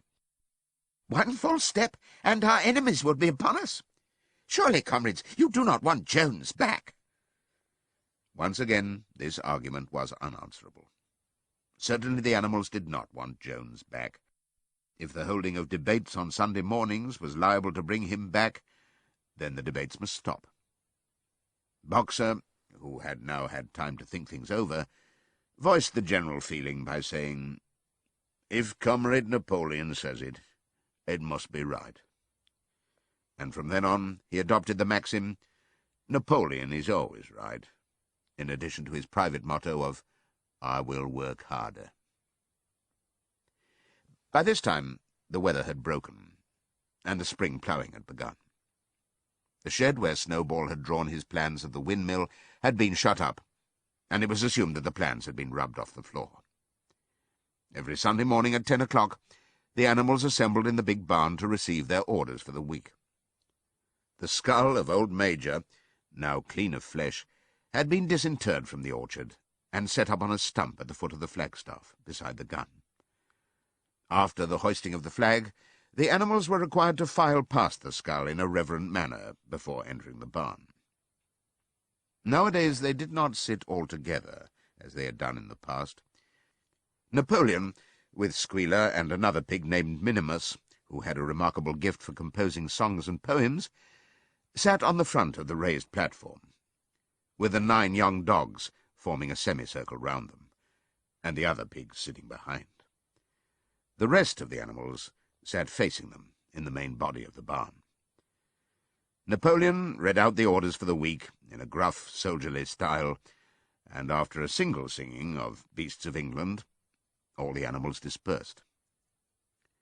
On the 3rd Sunday after Snowball's expulsion, the animals were somewhat surprised to hear Napoleon announce that the windmill was to be built after all. He did not give any reason for having changed his mind, but merely warned the animals that this extra task would mean very hard work. It might even be necessary to reduce their rations. The plans, however, had all been prepared, down to the last detail. A special committee of pigs had been at work upon them for the past 3 weeks. The building of the windmill, with various other improvements, was expected to take 2 years. That evening, Squealer explained privately to the other animals that Napoleon had never in reality been opposed to the windmill. On the contrary, it was he who had advocated it in the beginning, and the plan which Snowball had drawn on the floor of the incubator shed had actually been stolen from among Napoleon's papers. The windmill was, in fact, Napoleon's own creation. Why, then, asked somebody, had he spoken so strongly against it? Here Squealer looked very sly. That, he said, was Comrade Napoleon's cunning. He had seemed to oppose the windmill simply as a manoeuvre to get rid of Snowball, who was a dangerous character and a bad influence. Now that Snowball was out of the way, the plan could go forward without his interference. This, said Squealer, was something called tactics. He repeated a number of times, "Tactics, comrades, tactics!" skipping round and whisking his tail with a merry laugh. The animals were not certain what the word meant, but Squealer spoke so persuasively, and the 3 dogs who happened to be with him growled so threateningly, that they accepted his explanation without further questions. All that year the animals worked like slaves. But they were happy in their work. They grudged no effort or sacrifice, well aware that everything they did was for the benefit of themselves and those of their kind who would come after them, and not for a pack of idle, thieving human beings. Throughout the spring and summer they worked a 60-hour week, and in August Napoleon announced that there would be work on Sunday afternoons as well. This work was strictly voluntary, but any animal who absented himself from it would have his rations reduced by half. Even so, it was found necessary to leave certain tasks undone. The harvest was a little less successful than in the previous year, and 2 fields which should have been sown with roots in the early summer were not sown because the ploughing had not been completed early enough. It was possible to foresee that the coming winter would be a hard one. The windmill presented unexpected difficulties. There was a good quarry of limestone on the farm, and plenty of sand and cement had been found in one of the outhouses, so that all the materials for building were at hand. But the problem the animals could not at first solve was how to break up the stone into pieces of suitable size. There seemed no way of doing this except with picks and crowbars, which no animal could use because no animal could stand on his hind legs. Only after weeks of vain effort did the right idea occur to somebody, namely to utilize the force of gravity.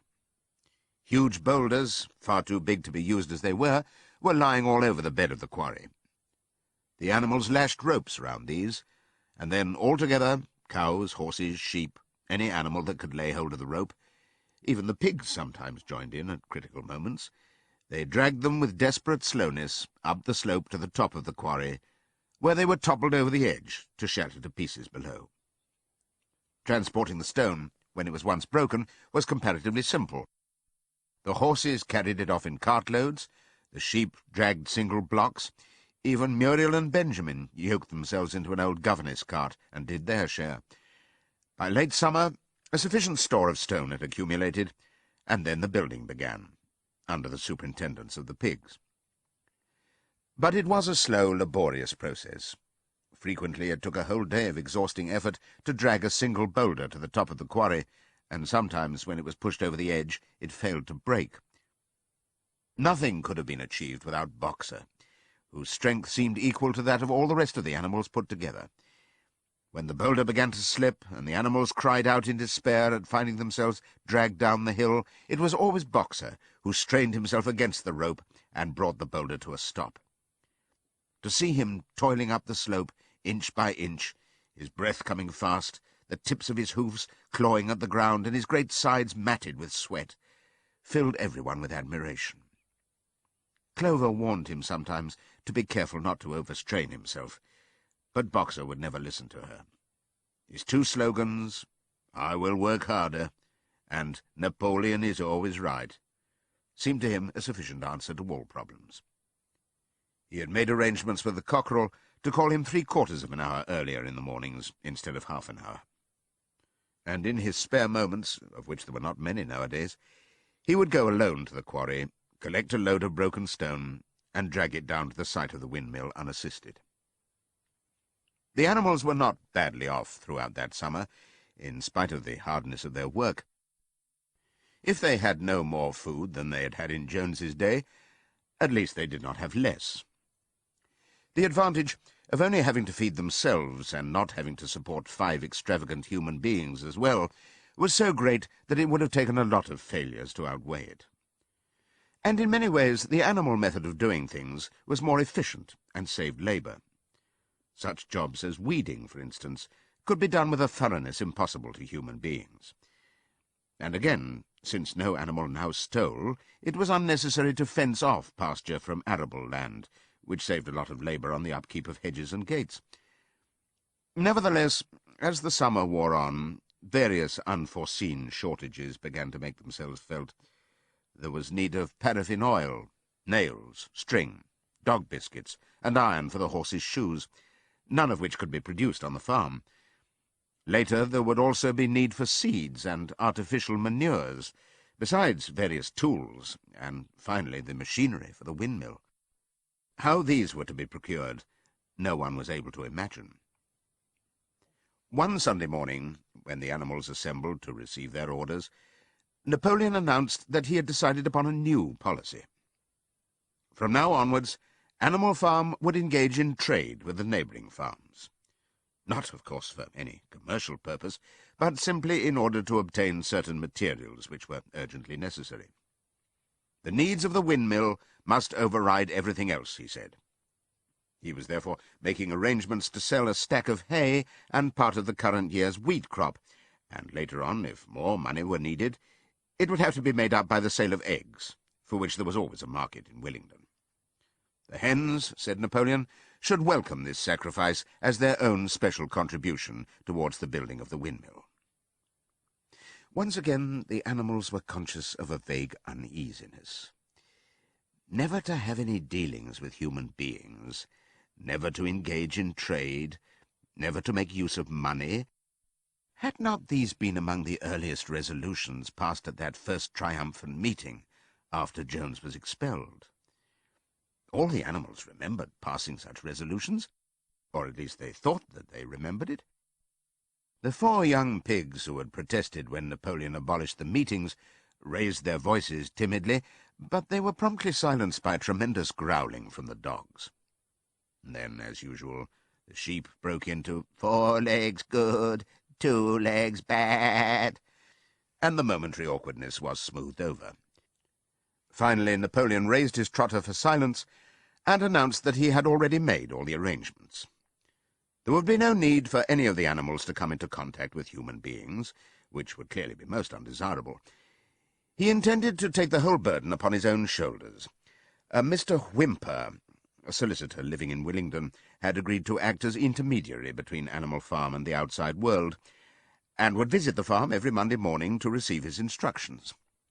Napoleon ended his speech with his usual cry of "Long live Animal Farm," and after the singing of Beasts of England, the animals were dismissed. Afterwards, Squealer made a round of the farm and set the animals' minds at rest. He assured them that the resolution against engaging in trade and using money had never been passed, or even suggested. It was pure imagination, probably traceable in the beginning to lies circulated by Snowball. A few animals still felt faintly doubtful, but Squealer asked them shrewdly, "Are you certain that this is not something you have dreamed, comrades? Have you any record of such a resolution? Is it written down anywhere?" And since it was certainly true that nothing of the kind existed in writing, the animals were satisfied that they had been mistaken. Every Monday, Mr. Whymper visited the farm as had been arranged.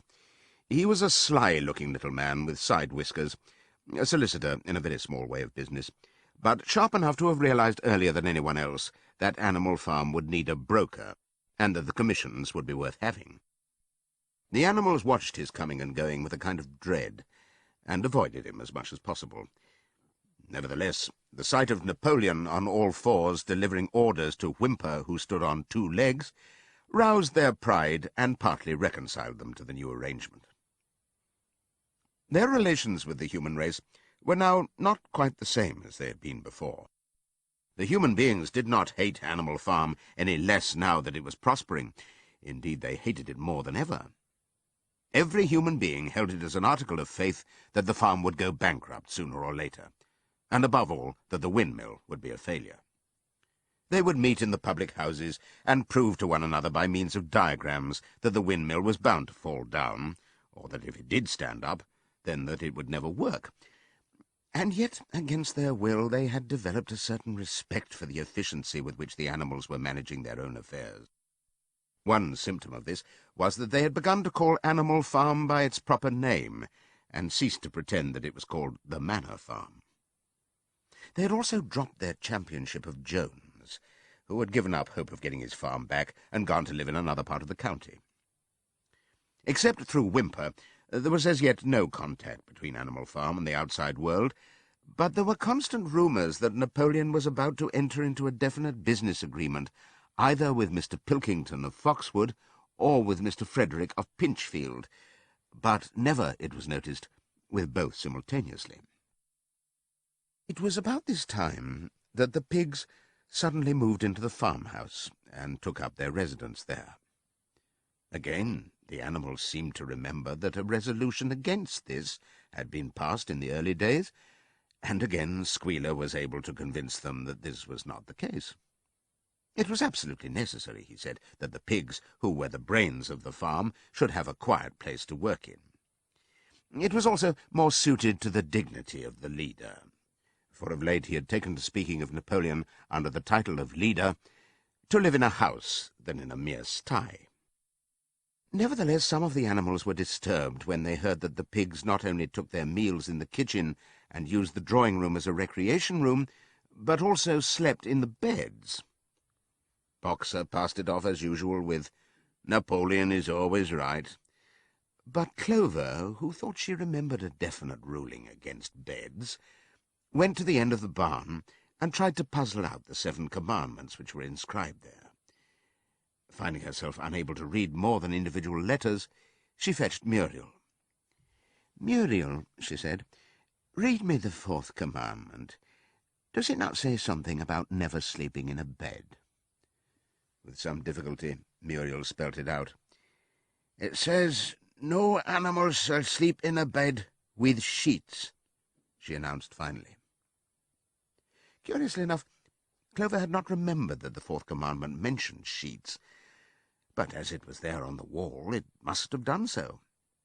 And Squealer, who happened to be passing at this moment, attended by 2 or 3 dogs, was able to put the whole matter in its proper perspective. "You have heard, then, comrades," he said, "that we pigs now sleep in the beds of the farmhouse. And why not? You did not suppose, surely, that there was ever a ruling against beds? A bed merely means a place to sleep in. A pile of straw in a stall is a bed, properly regarded. The rule was against sheets, which are a human invention. We have removed the sheets from the farmhouse beds and sleep between blankets. Very comfortable beds they are, too, but not more comfortable than we need, I can tell you, comrades, with all the brain work we have to do nowadays. You would not rob us of our repose, would you, comrades? You would not have us too tired to carry out our duties? Surely none of you wishes to see Jones back?" The animals reassured him on this point immediately, and no more was said about the pigs sleeping in the farmhouse beds. And when, some days afterwards, it was announced that from now on the pigs would get up an hour later in the mornings than the other animals, no complaint was made about that either.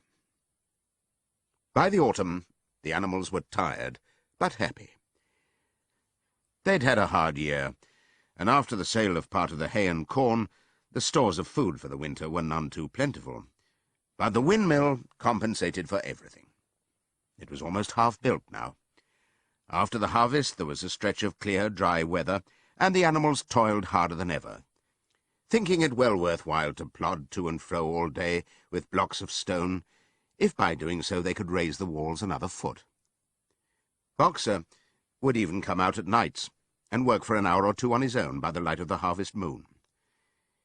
In their spare moments the animals would walk round and round the half-finished mill, admiring the strength and perpendicularity of its walls, and marvelling that they should ever have been able to build anything so imposing. Only old Benjamin refused to grow enthusiastic about the windmill, though, as usual, he would utter nothing beyond the cryptic remark that donkeys live a long time. November came, with raging southwest winds. Building had to stop because it was now too wet to mix the cement. Finally there came a night when the gale was so violent that the farm buildings rocked on their foundations and several tiles were blown off the roof of the barn. The hens woke up squawking with terror because they had all dreamed simultaneously of hearing a gun go off in the distance. In the morning the animals came out of their stalls to find that the flagstaff had been blown down and an elm tree at the foot of the orchard had been plucked up like a radish. They had just noticed this when a cry of despair broke from every animal's throat. A terrible sight had met their eyes. The windmill was in ruins. With one accord they dashed down to the spot. Napoleon, who seldom moved out of a walk, raced ahead of them all. Yes, there it lay, the fruit of all their struggles, levelled to its foundations, the stones they had broken and carried so laboriously scattered all around.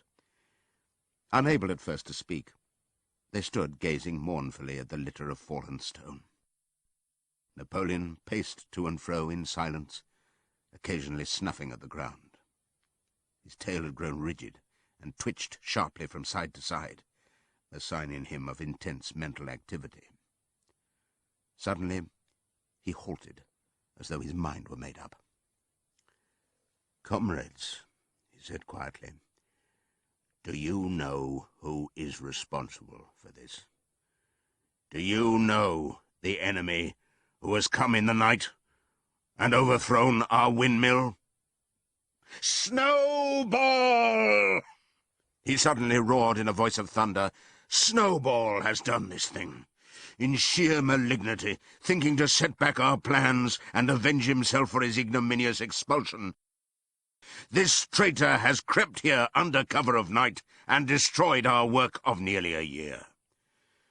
Comrades, here and now I pronounce the death sentence upon Snowball. Animal hero second class and half a bushel of apples to any animal who brings him to justice. A full bushel to anyone who captures him alive." The animals were shocked beyond measure to learn that even Snowball could be guilty of such an action. There was a cry of indignation, and everyone began thinking out ways of catching Snowball if he should ever come back. Almost immediately, the footprints of a pig were discovered in the grass at a little distance from the knoll. They could only be traced for a few yards, but appeared to lead to a hole in the hedge. Napoleon snuffed deeply at them and pronounced them to be snowballs. He gave it as his opinion that Snowball had probably come from the direction of Foxwood Farm. "No more delays, comrades," cried Napoleon when the footprints had been examined. "There is work to be done. This very morning we begin rebuilding the windmill, and we will build all through the winter, rain or shine. We will teach this miserable traitor that he cannot undo our work so easily. Remember, comrades, there must be no alteration in our plans. They shall be carried out to the day. Forward, comrades! Long live the windmill! Long live Animal Farm!" It was a bitter winter. The stormy weather was followed by sleet and snow, and then by a hard frost which did not break till well into February. The animals carried on as best they could with the rebuilding of the windmill, well knowing that the outside world was watching them, and that the envious human beings would rejoice and triumph if the mill were not finished on time. Out of spite, the human beings pretended not to believe that it was Snowball who had destroyed the windmill. They said that it had fallen down because the walls were too thin. The animals knew that this was not the case. Still, it had been decided to build the walls 3 feet thick this time, instead of 18 inches as before, which meant collecting much larger quantities of stone. For a long time, the quarry was full of snowdrifts, and nothing could be done. Some progress was made in the dry, frosty weather that followed, but it was cruel work, and the animals could not feel so hopeful about it as they had felt before. They were always cold, and usually hungry as well. Only Boxer and Clover never lost heart. Squealer made excellent speeches on the joy of service and the dignity of labour, but the other animals found more inspiration in Boxer's strength, and his never-failing cry of, "I will work harder." In January, food fell short. The corn ration was drastically reduced, and it was announced that an extra potato ration would be issued to make up for it.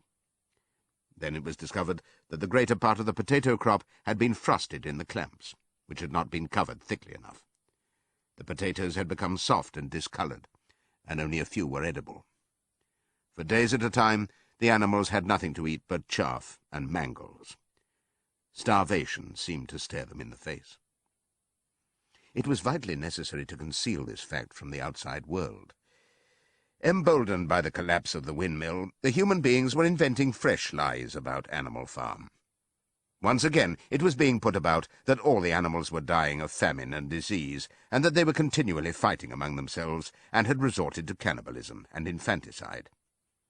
Napoleon was well aware of the bad results that might follow if the real facts of the food situation were known, and he decided to make use of Mr. Whymper to spread a contrary impression. Hitherto, the animals had had little or no contact with Whymper on his weekly visits. Now, however, a few selected animals, mostly sheep, were instructed to remark casually in his hearing that rations had been increased. In addition, Napoleon ordered the almost empty bins in the store shed to be filled nearly to the brim with sand, which was then covered up with what remained of the grain and meal. On some suitable pretext, Whymper was led through the store shed and allowed to catch a glimpse of the bins. He was deceived, and continued to report to the outside world that there was no food shortage on Animal Farm. Nevertheless, towards the end of January, it became obvious that it would be necessary to procure some more grain from somewhere. In these days, Napoleon rarely appeared in public, but spent all his time in the farmhouse, which was guarded at each door by fierce-looking dogs. When he did emerge, it was in a ceremonial manner, with an escort of 6 dogs, who closely surrounded him and growled if anyone came too near. Frequently he did not even appear on Sunday mornings, but issued his orders through one of the other pigs, usually Squealer. One Sunday morning, Squealer announced that the hens, who had just come in to lay again, must surrender their eggs. Napoleon had accepted, through Whymper, a contract for 400 eggs a week. The price of these would pay for enough grain and meal to keep the farm going till summer came on and conditions were easier. When the hens heard this, they raised a terrible outcry. They had been warned earlier that this sacrifice might be necessary, but had not believed that it would really happen.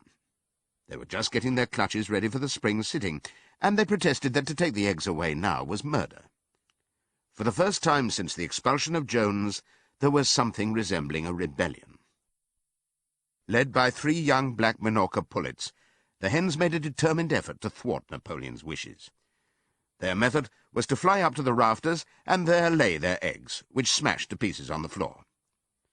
Napoleon acted swiftly and ruthlessly. He ordered the hens' rations to be stopped, and decreed that any animal giving so much as a grain of corn to a hen should be punished by death.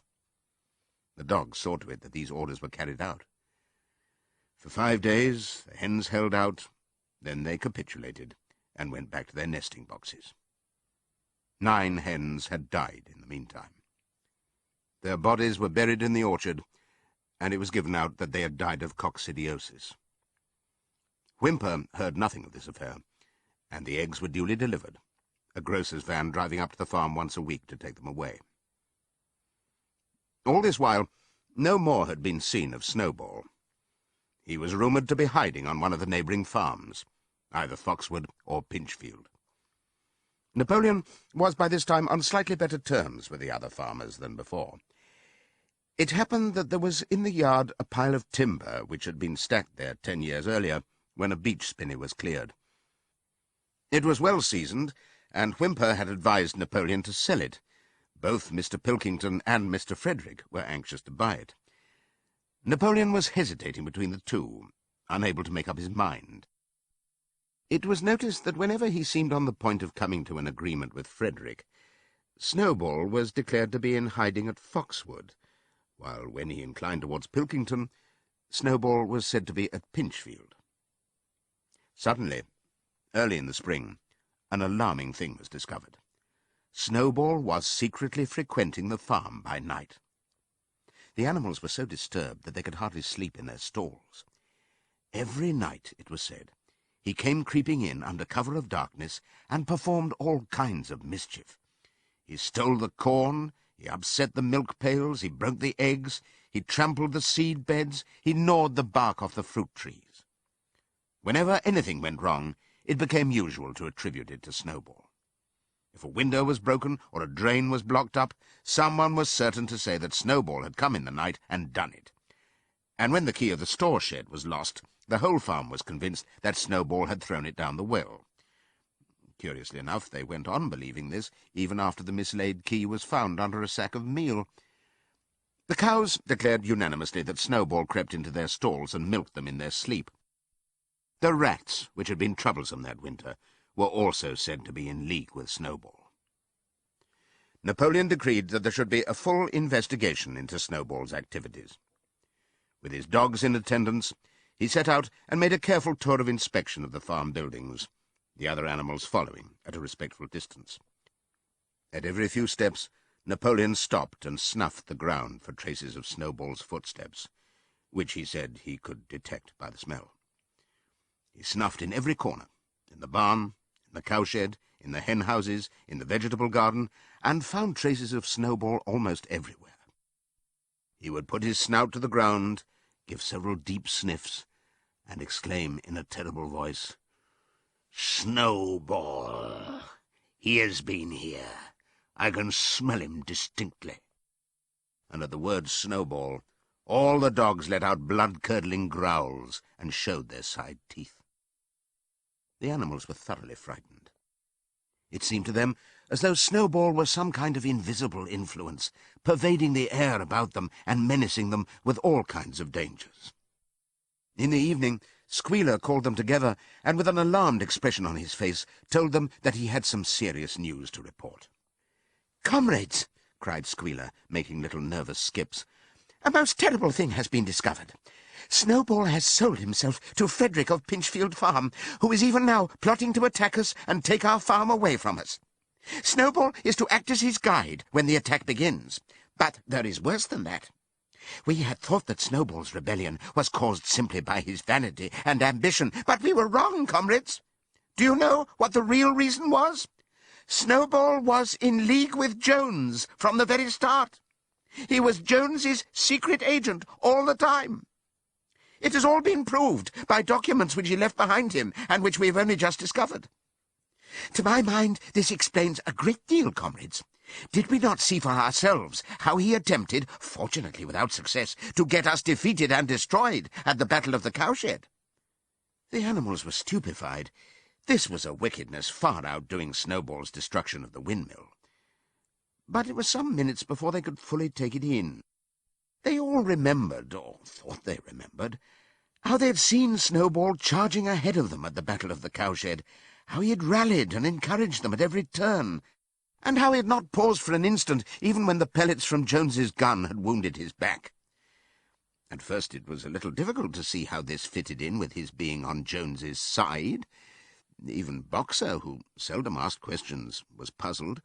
He lay down, tucked his four hoofs beneath him, shut his eyes, and with a hard effort managed to formulate his thoughts. "I do not believe that," he said. "Snowball fought bravely at the Battle of the Cowshed. I saw him myself. Did we not give him Animal Hero First Class immediately afterwards?" "That was our mistake, comrade, for we know now, it is all written down in the secret documents that we have found, that in reality he was trying to lure us to our doom." "But he was wounded," said Boxer. "We all saw him, running with blood." "That was part of the arrangement," cried Squealer. "Jones's shot only grazed him. I could show you this in his own writing, if you were able to read it. The plot was for Snowball, at the critical moment, to give the signal for flight and leave the field to the enemy. And he very nearly succeeded. I will even say, comrades, he would have succeeded if it had not been for our heroic leader, Comrade Napoleon. Do you not remember how, just at the moment when Jones and his men had got inside the yard, Snowball suddenly turned and fled, and many animals followed him? And do you not remember, too, that it was just at that moment, when panic was spreading and all seemed lost, that Comrade Napoleon sprang forward with a cry of death to humanity and sank his teeth in Jones's leg? Surely you remember that, comrades," exclaimed Squealer, frisking from side to side.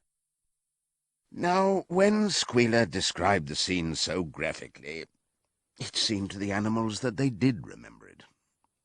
At any rate, they remembered that at the critical moment of the battle Snowball had turned to flee, but Boxer was still a little uneasy. "I do not believe that Snowball was a traitor at the beginning," he said finally. "What he's done since is different. But I believe that at the Battle of the Cowshed he was a good comrade." "Our leader, Comrade Napoleon," announced Squealer, speaking very slowly and firmly, "has stated categorically, comrade, that Snowball was Jones's agent from the very beginning. Yes, and from long before the rebellion was ever thought of." "Ah, that is different," said Boxer. "If Comrade Napoleon says it, it must be right." "That is the true spirit, comrade," cried Squealer. But it was noticed that he cast a very ugly look at Boxer with his little twinkling eyes. He turned to go, then paused and added impressively, "I warn every animal on this farm to keep his eyes very wide open, for we have reason to think that some of Snowball's secret agents are lurking among us at this moment." 4 days later, in the late afternoon, Napoleon ordered all the animals to assemble in the yard. When they were all gathered together, Napoleon emerged from the farmhouse, wearing both his medals, for he had recently awarded himself Animal Hero First Class and Animal Hero Second Class, with his 9 huge dogs frisking around him and uttering growls that sent shivers down all the animals' spines. They all cowered silently in their places, seeming to know in advance that some terrible thing was about to happen. Napoleon stood sternly surveying his audience. Then he uttered a high-pitched whimper.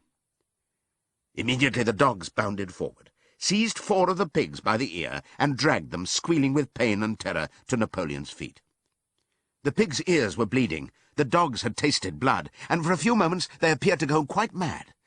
To the amazement of everybody, 3 of them flung themselves upon Boxer. Boxer saw them coming and put out his great hoof, caught a dog in mid-air and pinned him to the ground. The dog shrieked for mercy, and the other two fled with their tails between their legs. Boxer looked at Napoleon to know whether he should crush the dog to death or let it go. Napoleon appeared to change countenance and sharply ordered Boxer to let the dog go, whereat Boxer lifted his hoof, and the dog slunk away, bruised and howling. Presently the tumult died down. The 4 pigs waited, trembling, with guilt written on every line of their countenances. Napoleon now called upon them to confess their crimes.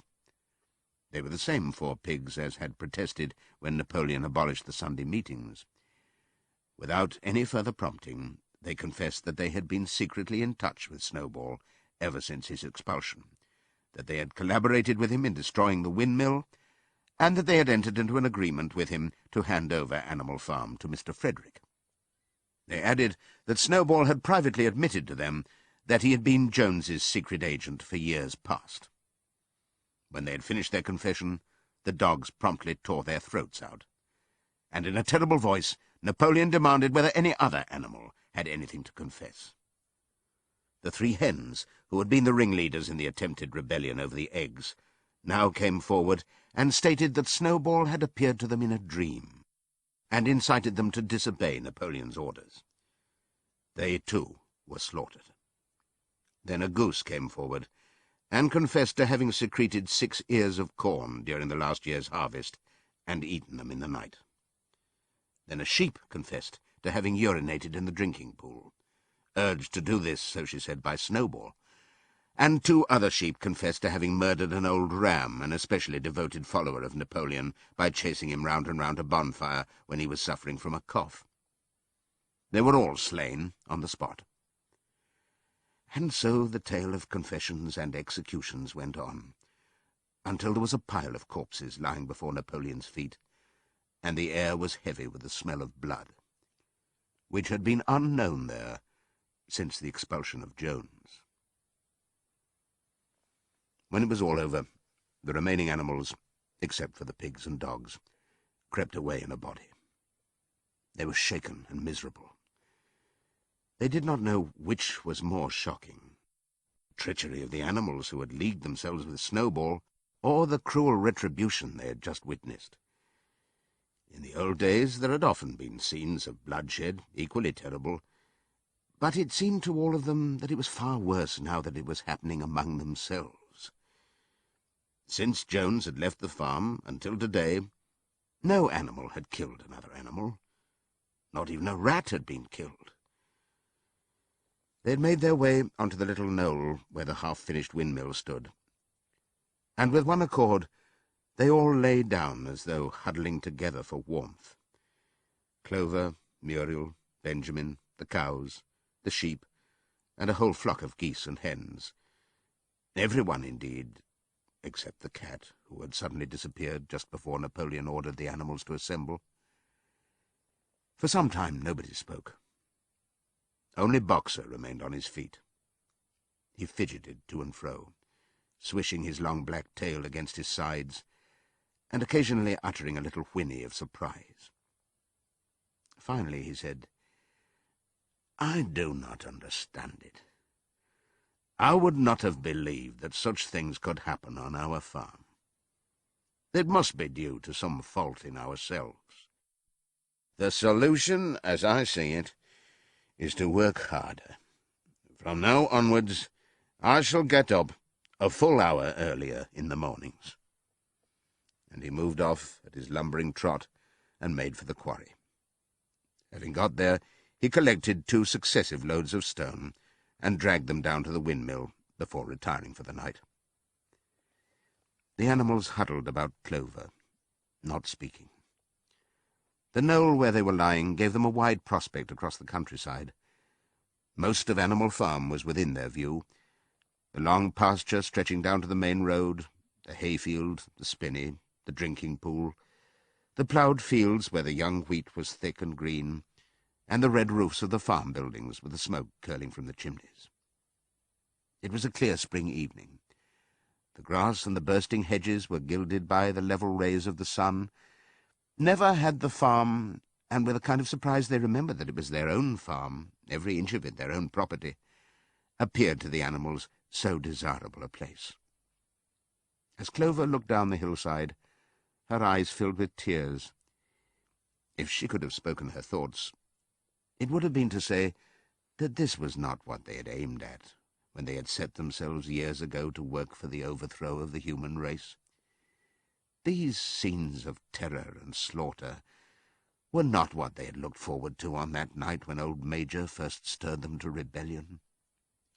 If she herself had had any picture of the future, it had been of a society of animals set free from hunger and the whip, all equal, each working according to his capacity, the strong protecting the weak, as she had protected the lost brood of ducklings with her foreleg on the night of Major's speech.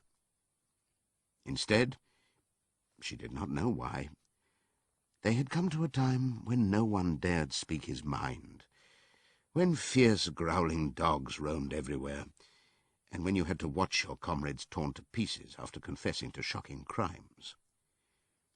There was no thought of rebellion or disobedience in her mind. She knew that, even as things were, they were far better off than they had been in the days of Jones, and that before all else it was needful to prevent the return of the human beings. Whatever happened, she would remain faithful, work hard, carry out the orders that were given to her, and accept the leadership of Napoleon. But still, it was not for this that she and all the other animals had hoped and toiled. It was not for this that they had built the windmill and faced the pellets of Jones's gun. Such were her thoughts, though she lacked the words to express them. At last, feeling this to be in some way a substitute for the words she was unable to find, she began to sing Beasts of England. The other animals sitting round her took it up, and they sang it 3 times over, very tunefully, but slowly and mournfully, in a way they'd never sung it before. They'd just finished singing it for the 3rd time, when Squealer, attended by 2 dogs, approached them with the air of having something important to say. He announced that, by special decree of Comrade Napoleon, Beasts of England had been abolished. From now onwards it was forbidden to sing it. The animals were taken aback. "Why?" cried Muriel. "It is no longer needed, comrade," said Squealer stiffly. "Beasts of England was the song of the rebellion. But the rebellion is now completed. The execution of the traitors this afternoon was the final act. The enemy, both external and internal, has been defeated. In Beasts of England we expressed our longing for a better society in days to come. But that society has now been established. Clearly this song has no longer any purpose." Frightened though they were, some of the animals might possibly have protested, but at this moment the sheep set up their usual bleating of 4 legs good, 2 legs bad, which went on for several minutes, and put an end to the discussion. So Beasts of England was heard no more. In its place, Minimus, the poet, had composed another song, which began, Animal farm, never through me shalt thou come to harm. And this was sung every Sunday morning, after the hoisting of the flag. But somehow neither the words nor the tune ever seemed to the animals to come up to Beasts of England. A few days later, when the terror caused by the executions had died down, some of the animals remembered, or thought they remembered, that the 6th commandment decreed, "No animal shall kill any other animal." And though no one cared to mention it in the hearing of the pigs or the dogs, it was felt that the killings which had taken place did not square with this. Clover asked Benjamin to read her the 6th commandment, and when Benjamin, as usual, said that he refused to meddle in such matters, she fetched Muriel. Muriel read the commandment for her. It ran, "No animal shall kill any other animal without cause." Somehow or other, the last two words had slipped out of the animals' memory. But they saw now that the commandment had not been violated, for clearly there was good reason for killing the traitors who had leagued themselves with Snowball. Throughout that year, the animals worked even harder than they had worked in the previous year. To rebuild the windmill with walls twice as thick as before, and to finish it by the appointed date, together with the regular work of the farm, was a tremendous labour. There were times when it seemed to the animals that they worked longer hours and fed no better than they had done in Jones's day. On Sunday mornings, Squealer, holding down a long strip of paper with his trotter, would read out to them lists of figures proving that the production of every class of foodstuff had increased by 200%, 300%, or 500%, as the case might be. The animals saw no reason to disbelieve him, especially as they could no longer remember very clearly what conditions had been like before the rebellion. All the same, there were days when they felt that they would sooner have had less figures and more food. All orders were now issued through Squealer, or one of the other pigs. Napoleon himself was not seen in public as often as once in a fortnight. When he did appear, he was attended not only by his retinue of dogs, but by a black cockerel who marched in front of him and acted as a kind of trumpeter, letting out a loud cock-a-doodle-doo before Napoleon spoke. Even in the farmhouse, it was said, Napoleon inhabited separate apartments from the others.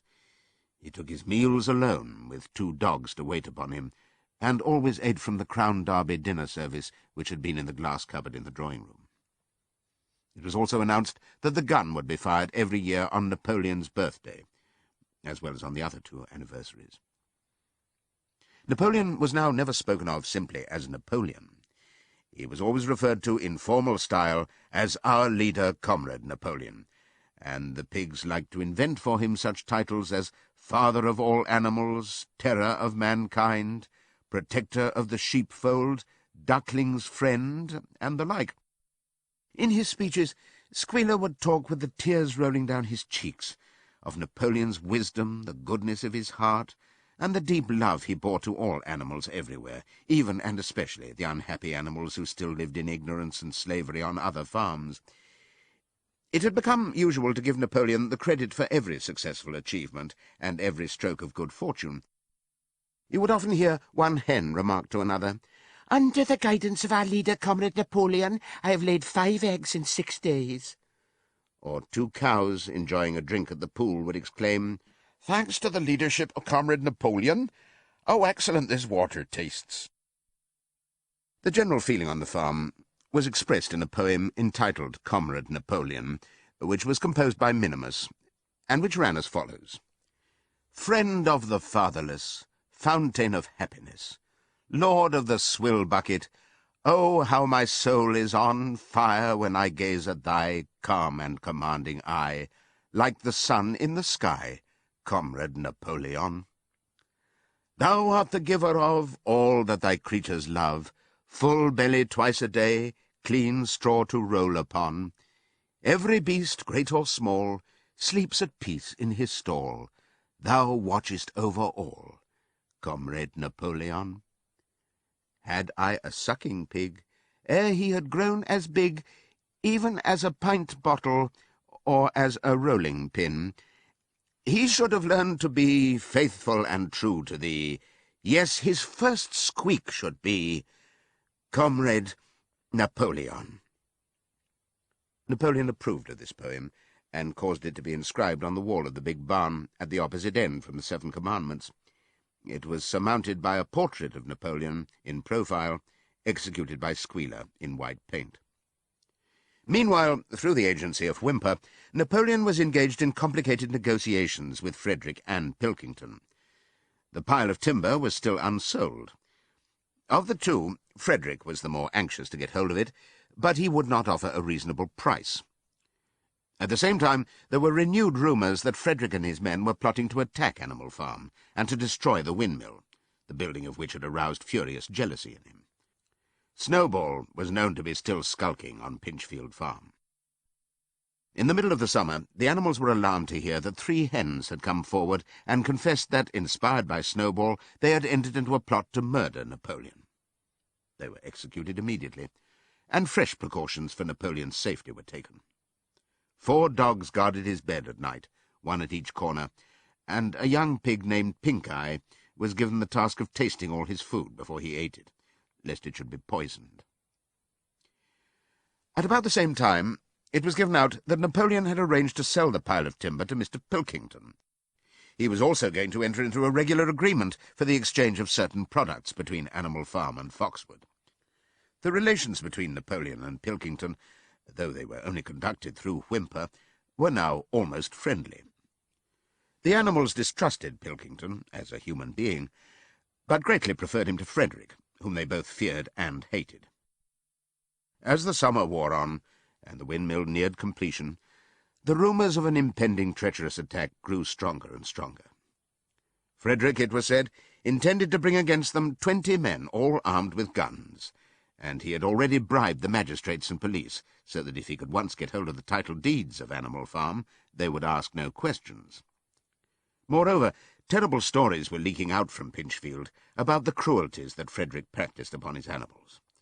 He had flogged an old horse to death, he starved his cows, he'd killed a dog by throwing it into the furnace, he amused himself in the evenings by making cocks fight with splinters of razor-blade tied to their spurs.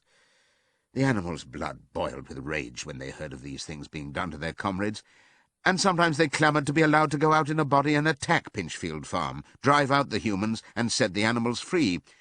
But Squealer counselled them to avoid rash actions and trust in Comrade Napoleon's strategy. Nevertheless, feeling against Frederick continued to run high. One Sunday morning, Napoleon appeared in the barn and explained that he had never at any time contemplated selling the pile of timber to Frederick. He considered it beneath his dignity, he said, to have dealings with scoundrels of that description. The pigeons, who were still sent out to spread tidings of the rebellion, were forbidden to set foot anywhere on Foxwood, and were also ordered to drop their former slogan of death to humanity in favour of death to Frederick. In the late summer, yet another of Snowball's machinations was laid bare. The wheat crop was full of weeds, and it was discovered that on one of his nocturnal visits Snowball had mixed weed seeds with the seed corn. A gander, who had been privy to the plot, had confessed his guilt to Squealer, and immediately committed suicide by swallowing deadly nightshade berries. The animals now also learned that Snowball had never, as many of them had believed hitherto, received the Order of Animal Hero First Class. This was merely a legend, which had been spread some time after the Battle of the Cowshed by Snowball himself. So far from being decorated, he had been censured for showing cowardice in the battle. Once again, some of the animals heard this with a certain bewilderment, but Squealer was soon able to convince them that their memories had been at fault. In the autumn, by a tremendous, exhausting effort, for the harvest had to be gathered at almost the same time, the windmill was finished. The machinery had still to be installed, and Whymper was negotiating the purchase of it, but the structure was completed. In the teeth of every difficulty, in spite of inexperience, of primitive implements, of bad luck, and of Snowball's treachery, the work had been finished punctually to the very day. Tired out but proud, the animals walked round and round their masterpiece, which appeared even more beautiful in their eyes than when it had been built the first time. Moreover, the walls were twice as thick as before. Nothing short of explosives would lay them low this time. And when they thought of how they had laboured, what discouragements they had overcome, and the enormous difference that would be made in their lives when the sails were turning and the dynamos running, when they thought of all this, their tiredness forsook them, and they gambolled round and round the windmill, uttering cries of triumph. Napoleon himself, attended by his dogs and his cockerel, came down to inspect the completed work. He personally congratulated the animals on their achievement, and announced that the mill would be named Napoleon Mill. 2 days later, the animals were called together for a special meeting in the barn. They were struck dumb with surprise when Napoleon announced that he had sold the pile of timber to Frederick. Tomorrow Frederick's wagons would arrive and begin carting it away. Throughout the whole period of his seeming friendship with Pilkington, Napoleon had really been in secret agreement with Frederick. All relations with Foxwood had been broken off. Insulting messages had been sent to Pilkington. The pigeons had been told to avoid Pinchfield Farm and to alter their slogan from Death to Frederick to Death to Pilkington. At the same time, Napoleon assured the animals that the stories of an impending attack on Animal Farm were completely untrue, and that the tales about Frederick's cruelty to his own animals had been greatly exaggerated. All these rumours had probably originated with Snowball and his agents. It now appeared that Snowball was not, after all, hiding on Pinchfield Farm, and in fact had never been there in his life. He was living in considerable luxury, so it was said, at Foxwood, and had in reality been a pensioner of Pilkington for years past. The pigs were in ecstasies over Napoleon's cunning. By seeming to be friendly with Pilkington, he had forced Frederick to raise his price by £12. But the superior quality of Napoleon's mind, said Squealer, was shown in the fact that he trusted nobody, not even Frederick. Frederick had wanted to pay for the timber with something called a cheque, which, it seemed, was a piece of paper with a promise to pay written upon it. But Napoleon was too clever for him. He had demanded payment in real £5 notes, which were to be handed over before the timber was removed. Already Frederick had paid up, and the sum he had paid was just enough to buy the machinery for the windmill. Meanwhile, the timber was being carted away at high speed. When it was all gone, another special meeting was held in the barn for the animals to inspect Frederick's banknotes. Smiling beatifically, and wearing both his decorations, Napoleon reposed on a bed of straw on the platform, with the money at his side, neatly piled on a china dish from the farmhouse kitchen. The animals filed slowly past, and each gazed his fill. And Boxer put out his nose to sniff at the banknotes, and the flimsy white things stirred and rustled in his breath. 3 days later there was a terrible hullabaloo. Whymper, his face deadly pale, came racing up the path on his bicycle, flung it down in the yard, and rushed straight into the farmhouse. The next moment a choking roar of rage sounded from Napoleon's apartments. The news of what had happened spread round the farm like wildfire.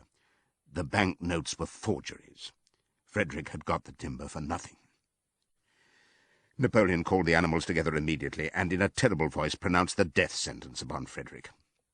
When captured, he said, Frederick should be boiled alive. At the same time he warned them that after this treacherous deed the worst was to be expected. Frederick and his men might make their long-expected attack at any moment. Sentinels were placed at all the approaches to the farm. In addition, 4 pigeons were sent to Foxwood with a conciliatory message, which it was hoped might re-establish good relations with Pilkington. The very next morning the attack came. The animals were at breakfast when the lookouts came racing in with the news that Frederick and his followers had already come through the 5-barred gate. Boldly enough the animals sallied forth to meet them, but this time they did not have the easy victory that they had had in the Battle of the Cowshed. There were 15 men, with half a dozen guns between them, and they opened fire as soon as they got within 50 yards. The animals could not face the terrible explosions and the stinging pellets, and in spite of the efforts of Napoleon and Boxer to rally them, they were soon driven back. A number of them were already wounded. They took refuge in the farm buildings and peeped cautiously out from chinks and knotholes. The whole of the big pasture, including the windmill, was in the hands of the enemy. For the moment, even Napoleon seemed at a loss. He paced up and down without a word, his tail rigid and twitching. Wistful glances were sent in the direction of Foxwood. If Pilkington and his men would help them, the day might yet be won. But at this moment the 4 pigeons who had been sent out on the day before returned, one of them bearing a scrap of paper from Pilkington. On it was pencilled the words, "Serves you right."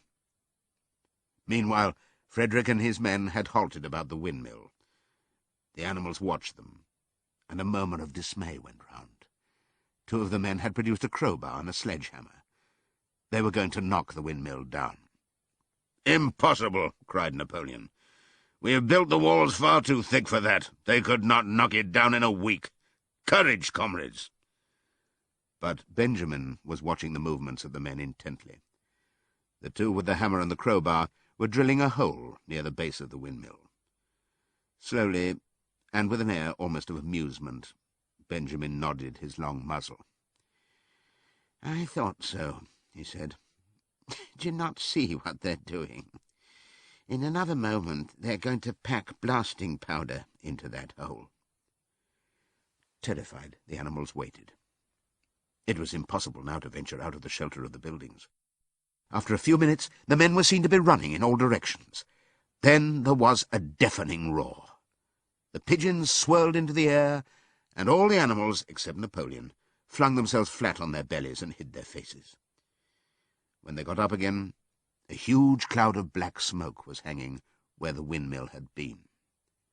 Slowly the breeze drifted it away. The windmill had ceased to exist. At this sight, the animals' courage returned to them. The fear and despair they had felt a moment earlier were drowned in their rage against this vile, contemptible act. A mighty cry for vengeance went up, and without waiting for further orders, they charged forth in a body and made straight for the enemy. This time they did not heed the cruel pellets that swept over them like hail. It was a savage, bitter battle. The men fired again and again, and when the animals got to close quarters, lashed out with their sticks and their heavy boots. A cow, 3 sheep, and 2 geese were killed, and nearly everyone was wounded. Even Napoleon, who was directing operations from the rear, had the tip of his tail chipped by a pellet, but the men did not go unscathed either. 3 of them had their heads broken by blows from Boxer's hoofs, another was gored in the belly by a cow's horn, another had his trousers nearly torn off by Jessie and Bluebell. And when the 9 dogs of Napoleon's own bodyguard, whom he had instructed to make a detour under cover of the hedge, suddenly appeared on the men's flank, baying ferociously, panic overtook them. They saw that they were in danger of being surrounded. Frederick shouted to his men to get out while the going was good, and the next moment the cowardly enemy was running for dear life. The animals chased them right down to the bottom of the field and got in some last kicks at them as they forced their way through the thorn hedge. They had won, but they were weary and bleeding. Slowly they began to limp back towards the farm. The sight of their dead comrades stretched upon the grass moved some of them to tears. And for a little while they halted in sorrowful silence at the place where the windmill had once stood. Yes, it was gone. Almost the last trace of their labour was gone. Even the foundations were partially destroyed, and in rebuilding it they could not this time, as before, make use of the fallen stones. This time the stones had vanished too. The force of the explosion had flung them to distances of hundreds of yards. It was as though the windmill had never been. As they approached the farm, Squealer, who had unaccountably been absent during the fighting, came skipping towards them, whisking his tail and beaming with satisfaction. And the animals heard, from the direction of the farm buildings, the solemn booming of a gun. "What is that gun firing for?" said Boxer. "To celebrate our victory," cried Squealer. "What victory?" said Boxer. His knees were bleeding, he had lost a shoe and split his hoof, and a dozen pellets had lodged themselves in his hind leg. "What victory, comrade? Have we not driven the enemy off our soil, the sacred soil of Animal Farm?" "But they have destroyed the windmill, and we'd worked on it for 2 years. "What matter? We will build another windmill. We will build 6 windmills if we feel like it. You do not appreciate, comrade, the mighty thing that we have done. The enemy was in occupation of this very ground that we stand upon, and now, thanks to the leadership of Comrade Napoleon, we have won every inch of it back again." "Then we've won back what we had before," said Boxer. "That is our victory," said Squealer. They limped into the yard. The pellets under the skin of Boxer's leg smarted painfully. He saw ahead of him the heavy labour of rebuilding the windmill from the foundations, and already in imagination he braced himself for the task. But for the first time it occurred to him that he was 11 years old, and that perhaps his great muscles were not quite what they had once been. But when the animals saw the green flag flying, and heard the gun firing again, 7 times it was fired in all, and heard the speech that Napoleon made, congratulating them on their conduct, it did seem to them, after all, that they had won a great victory. The animals slain in the battle were given a solemn funeral. Boxer and Clover pulled the wagon which served as a hearse, and Napoleon himself walked at the head of the procession. 2 whole days were given over to celebrations. There were songs, speeches, and more firing of the gun, and a special gift of an apple was bestowed on every animal, with 2 ounces of corn for each bird, and 3 biscuits for each dog. It was announced that the battle would be called the Battle of the Windmill, and that Napoleon had created a new decoration, the Order of the Green Banner, which he had conferred upon himself. In the general rejoicings, the unfortunate affair of the banknotes was forgotten. It was a few days later than this that the pigs came upon a case of whisky in the cellars of the farmhouse. It had been overlooked at the time when the house was first occupied. That night there came from the farmhouse the sound of loud singing, in which, to everyone's surprise, the strains of Beasts of England were mixed up. At about 9:30, Napoleon, wearing an old bowler hat of Mr. Jones's, was distinctly seen to emerge from the back door, gallop rapidly round the yard, and disappear indoors again. But in the morning a deep silence hung over the farmhouse. Not a pig appeared to be stirring. It was nearly 9 o'clock when Squealer made his appearance, walking slowly and dejectedly, his eyes dull, his tail hanging limply behind him, and with every appearance of being seriously ill. He called the animals together and told them that he had a terrible piece of news to impart. Comrade Napoleon was dying. A cry of lamentation went up. Straw was laid down outside the doors of the farmhouse, and the animals walked on tiptoe. With tears in their eyes, they asked one another what they should do if their leader were taken away from them. A rumour went round that Snowball had, after all, contrived to introduce poison into Napoleon's food. At 11 o'clock, Squealer came out to make another announcement. As his last act upon earth, Comrade Napoleon had pronounced a solemn decree. The drinking of alcohol was to be punished by death. By the evening, however, Napoleon appeared to be somewhat better, and the following morning Squealer was able to tell them that he was well on the way to recovery.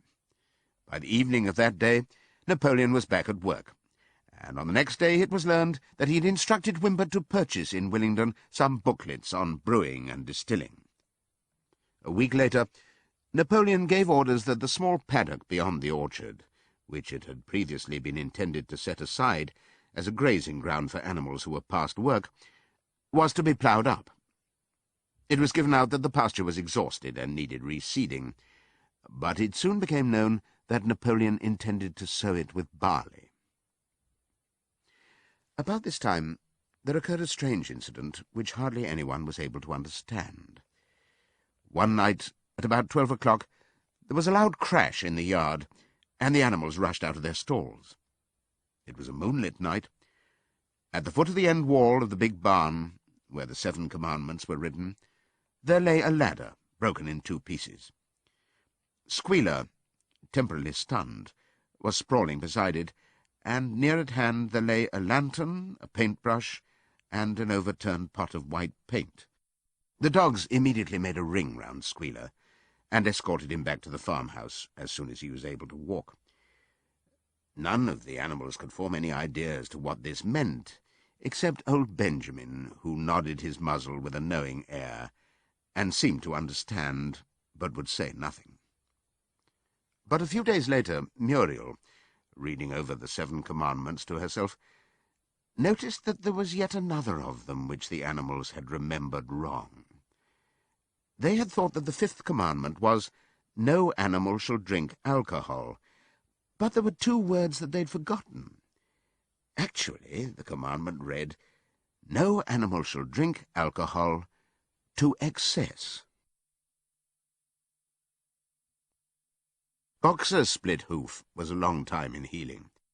They had started the rebuilding of the windmill the day after the victory celebrations were ended. Boxer refused to take even a day off work, and made it a point of honour not to let it be seen that he was in pain. In the evenings he would admit privately to Clover that the hoof troubled him a great deal. Clover treated the hoof with poultices of herbs which she prepared by chewing them, and both she and Benjamin urged Boxer to work less hard. "A horse's lungs do not last forever," she said to him. But Boxer would not listen.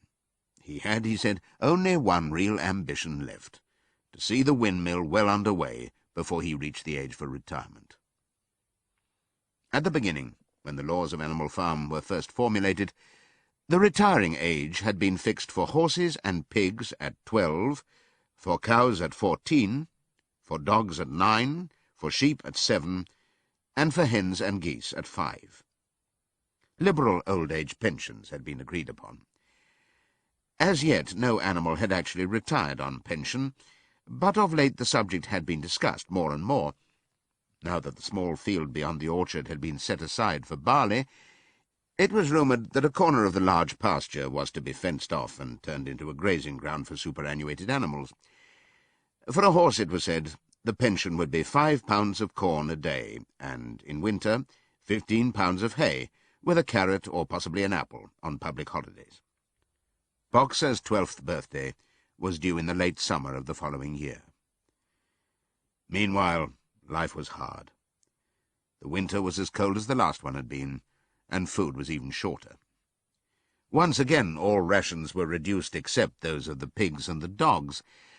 A too rigid equality in rations, Squealer explained, would have been contrary to the principles of animalism.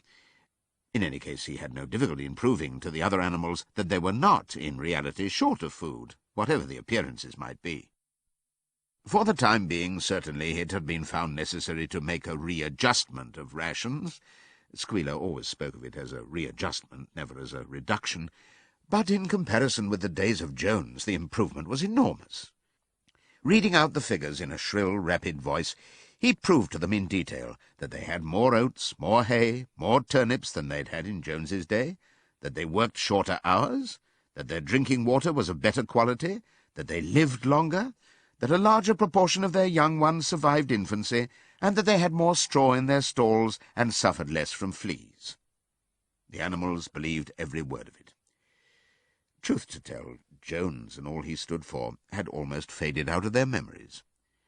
They knew that life nowadays was harsh and bare, that they were often hungry and often cold, and that they were usually working when they were not asleep.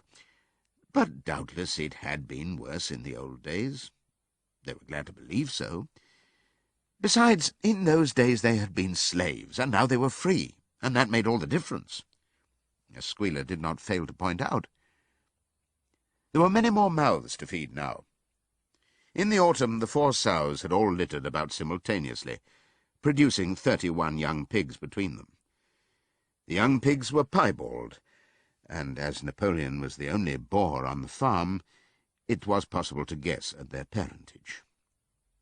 It was announced that later, when bricks and timber had been purchased, a schoolroom would be built in the farmhouse garden. For the time being, the young pigs were given their instruction by Napoleon himself in the farmhouse kitchen. They took their exercise in the garden, and were discouraged from playing with the other young animals. About this time, too, it was laid down as a rule that when a pig and any other animal met on the path, the other animal must stand aside, and also that all pigs, of whatever degree, were to have the privilege of wearing green ribbons on their tails on Sundays. The farm had had a fairly successful year, but was still short of money. There were the bricks, sand and lime for the schoolroom to be purchased, and it would also be necessary to begin saving up again for the machinery for the windmill. Then there were lamp oil and candles for the house, sugar for Napoleon's own table — he forbade this to the other pigs on the ground that it made them fat — and all the usual replacements such as tools, nails, string, coal, wire, scrap iron, and dog biscuits. A stump of hay and part of the potato crop was sold off, and the contract for eggs was increased to 600 a week, so that year the hens barely hatched enough chicks to keep their numbers at the same level. Rations, reduced in December, were reduced again in February, and lanterns in the stalls were forbidden to save oil. But the pigs seemed comfortable enough, and in fact were putting on weight, if anything. One afternoon in late February, a warm, rich, appetizing scent, such as the animals had never smelt before, wafted itself across the yard from the little brew-house, which had been disused in Jones's time, and which stood beyond the kitchen. Some said it was the smell of cooking barley.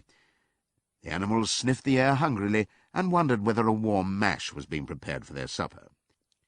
But no warm mash appeared, and on the following Sunday it was announced that from now onwards all barley would be reserved for the pigs.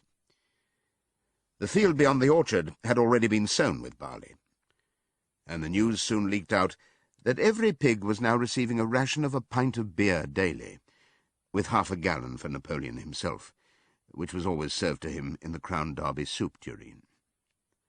But if there were hardships to be borne, they were partly offset by the fact that life nowadays had a greater dignity than it had had before. There were more songs, more speeches, more processions. Napoleon had commanded that once a week there should be held something called a spontaneous demonstration, the object of which was to celebrate the struggles and triumphs of Animal Farm. At the appointed time, the animals would leave their work and march round the precincts of the farm in military formation, with the pigs leading, then the horses, then the cows, then the sheep, and then the poultry. The dogs flanked the procession, and at the head of all marched Napoleon's black cockerel. Boxer and Clover always carried between them a green banner marked with the hoof and the horn, and the caption, "Long live Comrade Napoleon." Afterwards there were recitations of poems composed in Napoleon's honour, and a speech by Squealer, giving particulars of the latest increases in the production of foodstuffs. And on occasion a shot was fired from the gun. The sheep were the greatest devotees of the spontaneous demonstrations, and if anyone complained, as a few animals sometimes did when no pigs or dogs were near, that they wasted time and meant a lot of standing about in the cold, the sheep was sure to silence him with a tremendous bleating of 4 legs good, 2 legs bad. But by and large the animals enjoyed these celebrations. They found it comforting to be reminded that after all they were truly their own masters, and that the work they did was for their own benefit. So that what with the songs, the processions, Squealer's lists of figures, the thunder of the gun, the crowing of the cockerel, and the fluttering of the flag, they were able to forget that their bellies were empty, at least part of the time. In April, Animal Farm was proclaimed a republic, and it became necessary to elect a president. There was only one candidate, Napoleon, who was elected unanimously. On the same day it was given out that fresh documents had been discovered which revealed further details about Snowball's complicity with Jones.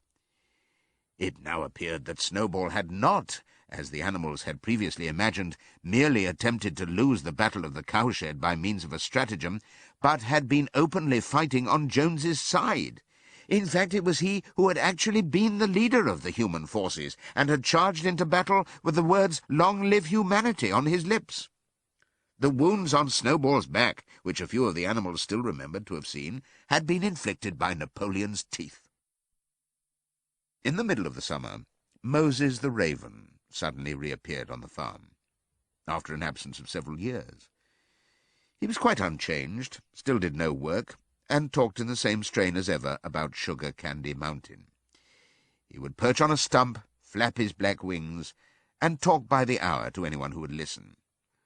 "Up there, comrades," he would say solemnly, pointing to the sky with his large beak. "Up there, just on the other side of that dark cloud that you can see. There it lies, Sugar Candy Mountain, that happy country where we poor animals shall rest forever from our labours." He even claimed to have been there on one of his higher flights, and to have seen the everlasting fields of clover and the linseed cake and lump sugar growing on the hedges. Many of the animals believed him. Their lives now, they reasoned, were hungry and laborious. Was it not right and just that a better world should exist somewhere else? A thing that was difficult to determine was the attitude of the pigs towards Moses. They all declared contemptuously that his stories about Sugar Candy Mountain were lies, and yet they allowed him to remain on the farm, not working, with an allowance of a gill of beer a day. After his hoof had healed up, Boxer worked harder than ever. Indeed, all the animals worked like slaves that year. Apart from the regular work of the farm and the rebuilding of the windmill, there was the schoolhouse for the young pigs, which was started in March. Sometimes the long hours on insufficient food were hard to bear, but Boxer never faltered. In nothing that he said or did was there any sign that his strength was not what it had been. It was only his appearance that was a little altered. His hide was less shiny than it had used to be, and his great haunches seemed to have shrunken. The others said, "Boxer will pick up when the spring grass comes on," but the spring grass came, and Boxer grew no fatter. Sometimes on the slope leading to the top of the quarry, when he braced his muscles against the weight of some vast boulder, it seemed that nothing kept him on his feet except the will to continue.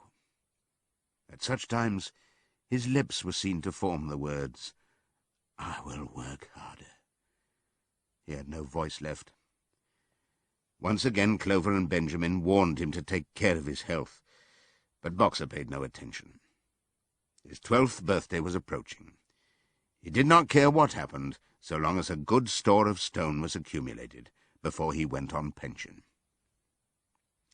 Late one evening, in the summer, a sudden rumour ran round the farm that something had happened to Boxer. He had gone out alone to drag a load of stone down to the windmill. And sure enough, the rumour was true.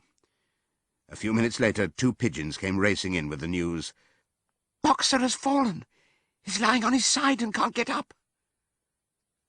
About half the animals on the farm rushed out to the knoll where the windmill stood. There lay Boxer, between the shafts of the cart, his neck stretched out, unable even to raise his head. His eyes were glazed, his sides matted with sweat. A thin stream of blood had trickled out of his mouth. Clover dropped to her knees at his side. "Boxer," she cried, "how are you?" "It is my lung," said Boxer in a weak voice. "It does not matter. I think you will be able to finish the windmill without me. There is a pretty good store of stone accumulated. I had only another month to go in any case. To tell you the truth, I had been looking forward to my retirement. And perhaps, as Benjamin is growing old too, they will let him retire at the same time, and be a companion to me." "We must get help at once," said Clover. "Run, somebody, and tell Squealer what has happened." All the other animals immediately raced back to the farmhouse to give Squealer the news. Only Clover remained, and Benjamin, who lay down at Boxer's side, and without speaking kept the flies off him with his long tail. After about a quarter of an hour, Squealer appeared, full of sympathy and concern. He said that Comrade Napoleon had learned with the very deepest distress of this misfortune to one of the most loyal workers on the farm, and was already making arrangements to send Boxer to be treated in the hospital at Willingdon. The animals felt a little uneasy at this. Except for Molly and Snowball, no other animal had ever left the farm, and they did not like to think of their sick comrade in the hands of human beings. However, Squealer easily convinced them that the veterinary surgeon in Willingdon could treat Boxer's case more satisfactorily than could be done on the farm. And about half an hour later, when Boxer had somewhat recovered, he was with difficulty got onto his feet, and managed to limp back to his stall, where Clover and Benjamin had prepared a good bed of straw for him. For the next 2 days Boxer remained in his stall. The pigs had sent out a large bottle of pink medicine, which they had found in the medicine chest in the bathroom, and Clover administered it to Boxer twice a day after meals. In the evenings she lay in his stall and talked to him, while Benjamin kept the flies off him. Boxer professed not to be sorry for what had happened. If he made a good recovery, he might expect to live another 3 years, and he looked forward to the peaceful days that he would spend in the corner of the big pasture. It would be the first time that he had had leisure to study and improve his mind. He intended, he said, to devote the rest of his life to learning the remaining 22 letters of the alphabet. However, Benjamin and Clover could only be with Boxer after working hours, and it was in the middle of the day when the van came to take him away. The animals were all at work weeding turnips under the supervision of a pig, when they were astonished to see Benjamin come galloping from the direction of the farm buildings, braying at the top of his voice. It was the first time that they had ever seen Benjamin excited. Indeed, it was the first time that anyone had ever seen him gallop. "Quick, quick," he shouted. "Come at once. They're taking Boxer away." Without waiting for orders from the pig, the animals broke off work and raced back to the farm buildings. Sure enough, there in the yard was a large closed van, drawn by 2 horses, with lettering on its side, and a sly-looking man in a low-crowned bowler hat sitting on the driver's seat. And Boxer's stall was empty. The animals crowded round the van. "Goodbye, Boxer," they chorused. "Goodbye." "Fools! Fools!" shouted Benjamin, prancing round them and stamping the earth with his small hoofs. "Fools! Do you not see what is written on the side of that van?" That gave the animals pause, and there was a hush. Muriel began to spell out the words, but Benjamin pushed her aside, and in the midst of a deadly silence he read, "Alfred Simmons, horse slaughterer and glue boiler, Willingdon. Dealer in hides and bone meal. Kennels supplied." "Do you not understand what that means? They are taking Boxer to the knackers." A cry of horror burst from all the animals. At this moment the man on the box whipped up his horses, and the van moved out of the yard at a smart trot. All the animals followed, crying out at the tops of their voices. Clover forced her way to the front. The van began to gather speed. Clover tried to stir her stout limbs to a gallop, and achieved a canter. "Boxer!" she cried. "Boxer! Boxer! Boxer!"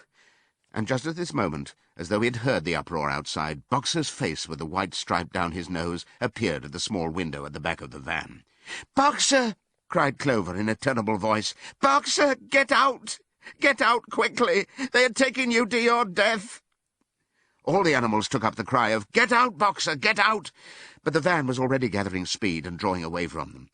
It was uncertain whether Boxer had understood what Clover had said, but a moment later his face disappeared from the window, and there was the sound of a tremendous drumming of hoofs inside the van. He was trying to kick his way out. The time had been when a few kicks from Boxer's hoofs would have smashed the van to matchwood. But alas, his strength had left him, and in a few moments the sound of drumming hoofs grew fainter and died away.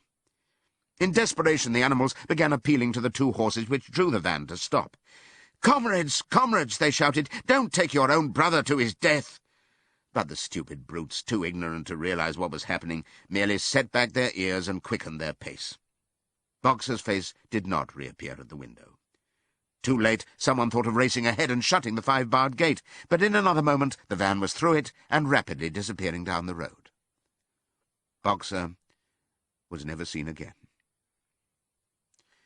3 days later it was announced that he had died in the hospital at Willingdon, in spite of receiving every attention a horse could have. Squealer came to announce the news to the others. He had, he said, been present during Boxer's last hours. "It was the most affecting sight I have ever seen," said Squealer, lifting his trotter and wiping away a tear. "I was at his bedside at the very last, and at the end, almost too weak to speak, he whispered in my ear that his sole sorrow was to have passed on before the windmill was finished. 'Forward, comrades,' he whispered. 'Forward in the name of the rebellion. Long live Animal Farm. Long live Comrade Napoleon. Napoleon is always right.' Those were his very last words, comrades." Here Squealer's demeanour suddenly changed. He fell silent for a moment, and his little eyes darted suspicious glances from side to side before he proceeded. It had come to his knowledge, he said, that a foolish and wicked rumour had been circulated at the time of Boxer's removal. Some of the animals had noticed that the van which took Boxer away was marked Horse Slaughterer, and had actually jumped to the conclusion that Boxer was being sent to the knackers. It was almost unbelievable, said Squealer, that any animal could be so stupid. "Surely," he cried indignantly, whisking his tail and skipping from side to side, "surely they knew their beloved leader, Comrade Napoleon, better than that." But the explanation was really very simple. The van had previously been the property of the knacker, and had been bought by the veterinary surgeon, who had not yet painted the old name out. That was how the mistake had arisen. The animals were enormously relieved to hear this, and when Squealer went on to give further graphic details of Boxer's deathbed, the admirable care he had received, and the expensive medicines for which Napoleon had paid without a thought as to the cost, their last doubts disappeared, and the sorrow that they felt for their comrade's death was tempered by the thought that at least he had died happy. Napoleon himself appeared at the meeting on the following Sunday morning, and pronounced a short oration in Boxer's honour. It had not been possible, he said, to bring back their lamented comrade's remains for interment on the farm, but he had ordered a large wreath to be made from the laurels in the farmhouse garden and sent down to be placed on Boxer's grave. And in a few days' time the pigs intended to hold a memorial banquet in Boxer's honour. Napoleon ended his speech with a reminder of Boxer's two favourite maxims: "I will work harder," and "Comrade Napoleon is always right." Maxims, he said, which every animal would do well to adopt as his own. On the day appointed for the banquet, a grocer's van drove up from Willingdon and delivered a large wooden crate at the farmhouse. That night there was the sound of uproarious singing, which was followed by what sounded like a violent quarrel, and ended at about 11 o'clock with a tremendous crash of glass. No one stirred in the farmhouse before noon on the following day, and the word went round that from somewhere or other the pigs had acquired the money to buy themselves another case of whisky. Years passed. The seasons came and went. The short animal lives fled by. A time came when there was no one who remembered the old days before the rebellion, except Clover, Benjamin, Moses the raven, and a number of the pigs. Muriel was dead. Bluebell, Jessie, and Pincher were dead.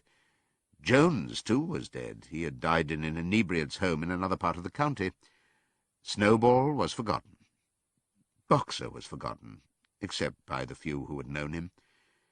Clover was an old stout mare now, stiff in the joints and with a tendency to rheumy eyes. She was 2 years past the retiring age, but in fact no animal had ever actually retired. The talk of setting aside a corner of the pasture for superannuated animals had long since been dropped. Napoleon was now a mature boar of 24 stone. Squealer was so fat that he could with difficulty see out of his eyes. Only old Benjamin was much the same as ever, except for being a little greyer about the muzzle, and since Boxer's death, more morose and taciturn than ever. There were many more creatures on the farm now, though the increase was not so great as had been expected in earlier years.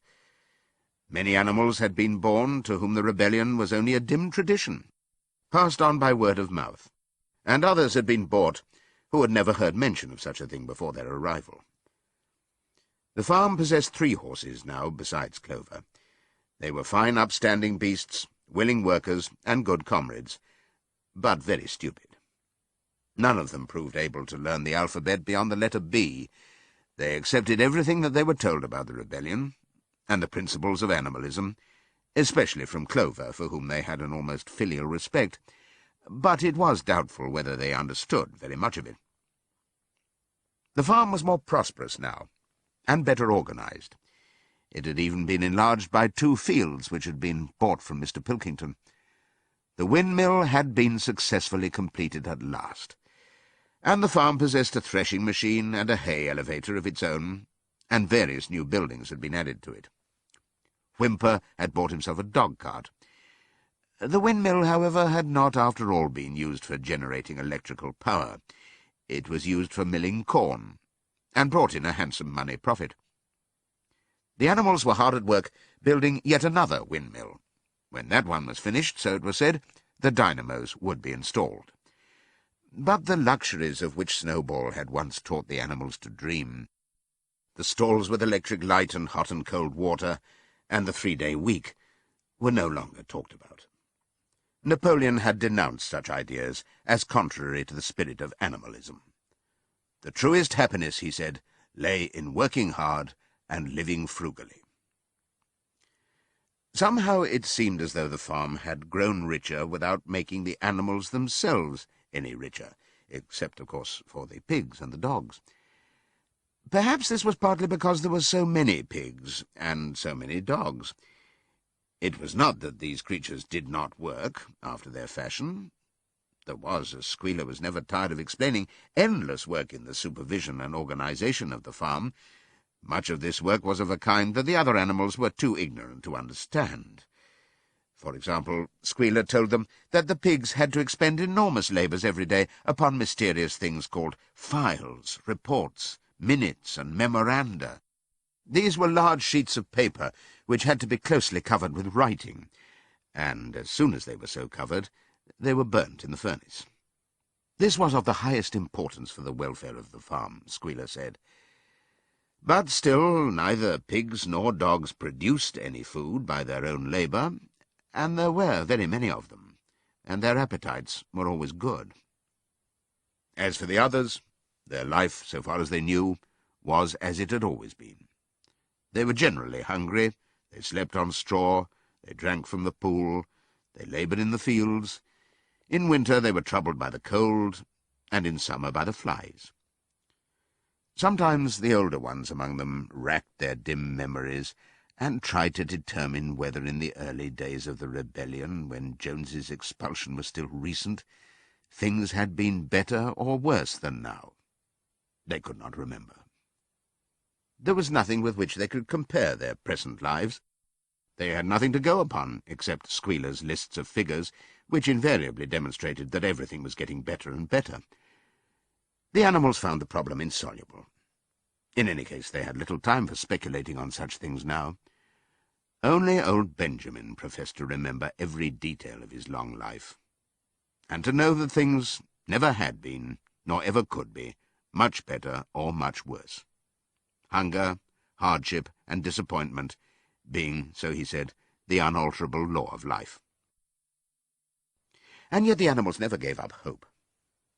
More, they never lost, even for an instant, their sense of honour and privilege in being members of Animal Farm. They were still the only farm in the whole country, in all England, owned and operated by animals. Not one of them, not even the youngest, not even the newcomers who had been brought from farms 10 or 20 miles away, ever ceased to marvel at that. And when they heard the gun booming and saw the green flag fluttering at the masthead, their hearts swelled with imperishable pride, and the talk turned always towards the old heroic days, the expulsion of Jones, the writing of the 7 Commandments, the great battles in which the human invaders had been defeated. None of the old dreams had been abandoned. The Republic of the Animals, which Major had foretold, when the green fields of England should be untrodden by human feet, was still believed in. Some day it was coming. It might not be soon, it might not be within the lifetime of any animal now living, but still it was coming. Even the tune of Beasts of England was perhaps hummed secretly here and there. At any rate, it was a fact that every animal on the farm knew it, though no one would have dared to sing it aloud. It might be that their lives were hard and that not all of their hopes had been fulfilled, but they were conscious that they were not as other animals. If they went hungry, it was not from feeding tyrannical human beings. If they worked hard, at least they worked for themselves. No creature among them went upon 2 legs. No creature called any other creature master. All animals were equal. One day in early summer, Squealer ordered the sheep to follow him, and led them out to a piece of waste ground at the other end of the farm, which had become overgrown with birch saplings. The sheep spent the whole day there, browsing at the leaves under Squealer's supervision. In the evening he returned to the farmhouse himself, but, as it was warm weather, told the sheep to stay where they were. It ended by their remaining there for a whole week, during which time the other animals saw nothing of them. Squealer was with them for the greater part of every day. He was, he said, teaching them to sing a new song, for which privacy was needed. It was just after the sheep had returned, on a pleasant evening when the animals had finished work and were making their way back to the farm buildings, that the terrified neighing of a horse sounded from the yard. Startled, the animals stopped in their tracks. It was Clover's voice. She neighed again, and all the animals broke into a gallop and rushed into the yard. Then they saw what Clover had seen. It was a pig walking on his hind legs. Yes, it was Squealer. A little awkwardly, as though not quite used to supporting his considerable bulk in that position, but with perfect balance, he was strolling across the yard. And a moment later, out from the door of the farmhouse came a long file of pigs, all walking on their hind legs. Some did it better than others. One or two were even a trifle unsteady and looked as though they would have liked the support of a stick, but every one of them made his way right round the yard successfully. And finally there was a tremendous baying of dogs and a shrill crowing from the black cockerel, and out came Napoleon himself, majestically upright, casting haughty glances from side to side, and with his dogs gambolling round him. He carried a whip in his trotter. There was a deadly silence. Amazed, terrified, huddling together, the animals watched the long line of pigs march slowly round the yard. It was as though the world had turned upside down. Then there came a moment when the first shock had worn off, and when, in spite of everything, in spite of the terror of the dogs and of the habit developed through long years of never complaining, never criticizing, no matter what happened, they might have uttered some word of protest. But just at that moment, as though at a signal, all the sheep burst out into a tremendous bleating of 4 legs good, 2 legs better, 4 legs good, 2 legs better, 4 legs good, 2 legs better. It went on for 5 minutes without stopping, and by the time the sheep had quietened down, the chance to utter any protest had passed, for the pigs had marched back into the farmhouse. Benjamin felt a nose nuzzling at his shoulder. He looked round. It was Clover. Her old eyes looked dimmer than ever. Without saying anything, she tugged gently at his mane and led him round to the end of the big barn where the 7 commandments were written. For a minute or two they stood gazing at the tarred wall with its white lettering. "My sight is failing," she said finally. "Even when I was young I could not have read what was written there. But it appears to me that that wall looks different. Are the 7 commandments the same as they used to be, Benjamin?" For once Benjamin consented to break his rule, and he read out to her what was written on the wall. There was nothing there now, except a single commandment. It ran, "All animals are equal, but some animals are more equal than others." After that, it did not seem strange when next day the pigs who were supervising the work of the farm all carried whips in their trotters. It did not seem strange to learn that the pigs had bought themselves a wireless set, were arranging to install a telephone, and had taken out subscriptions to John Bull, Titbits, and the Daily Mirror. It did not seem strange when Napoleon was seen strolling in the farmhouse garden with a pipe in his mouth. No, not even when the pigs took Mr. Jones's clothes out of the wardrobes and put them on, Napoleon himself appearing in a black coat, rat-catcher breeches, and leather leggings, while his favourite sow appeared in the watered silk dress which Mrs. Jones had been used to wear on Sundays. A week later, in the afternoon, a number of dog-carts drove up to the farm. A deputation of neighbouring farmers had been invited to make a tour of inspection.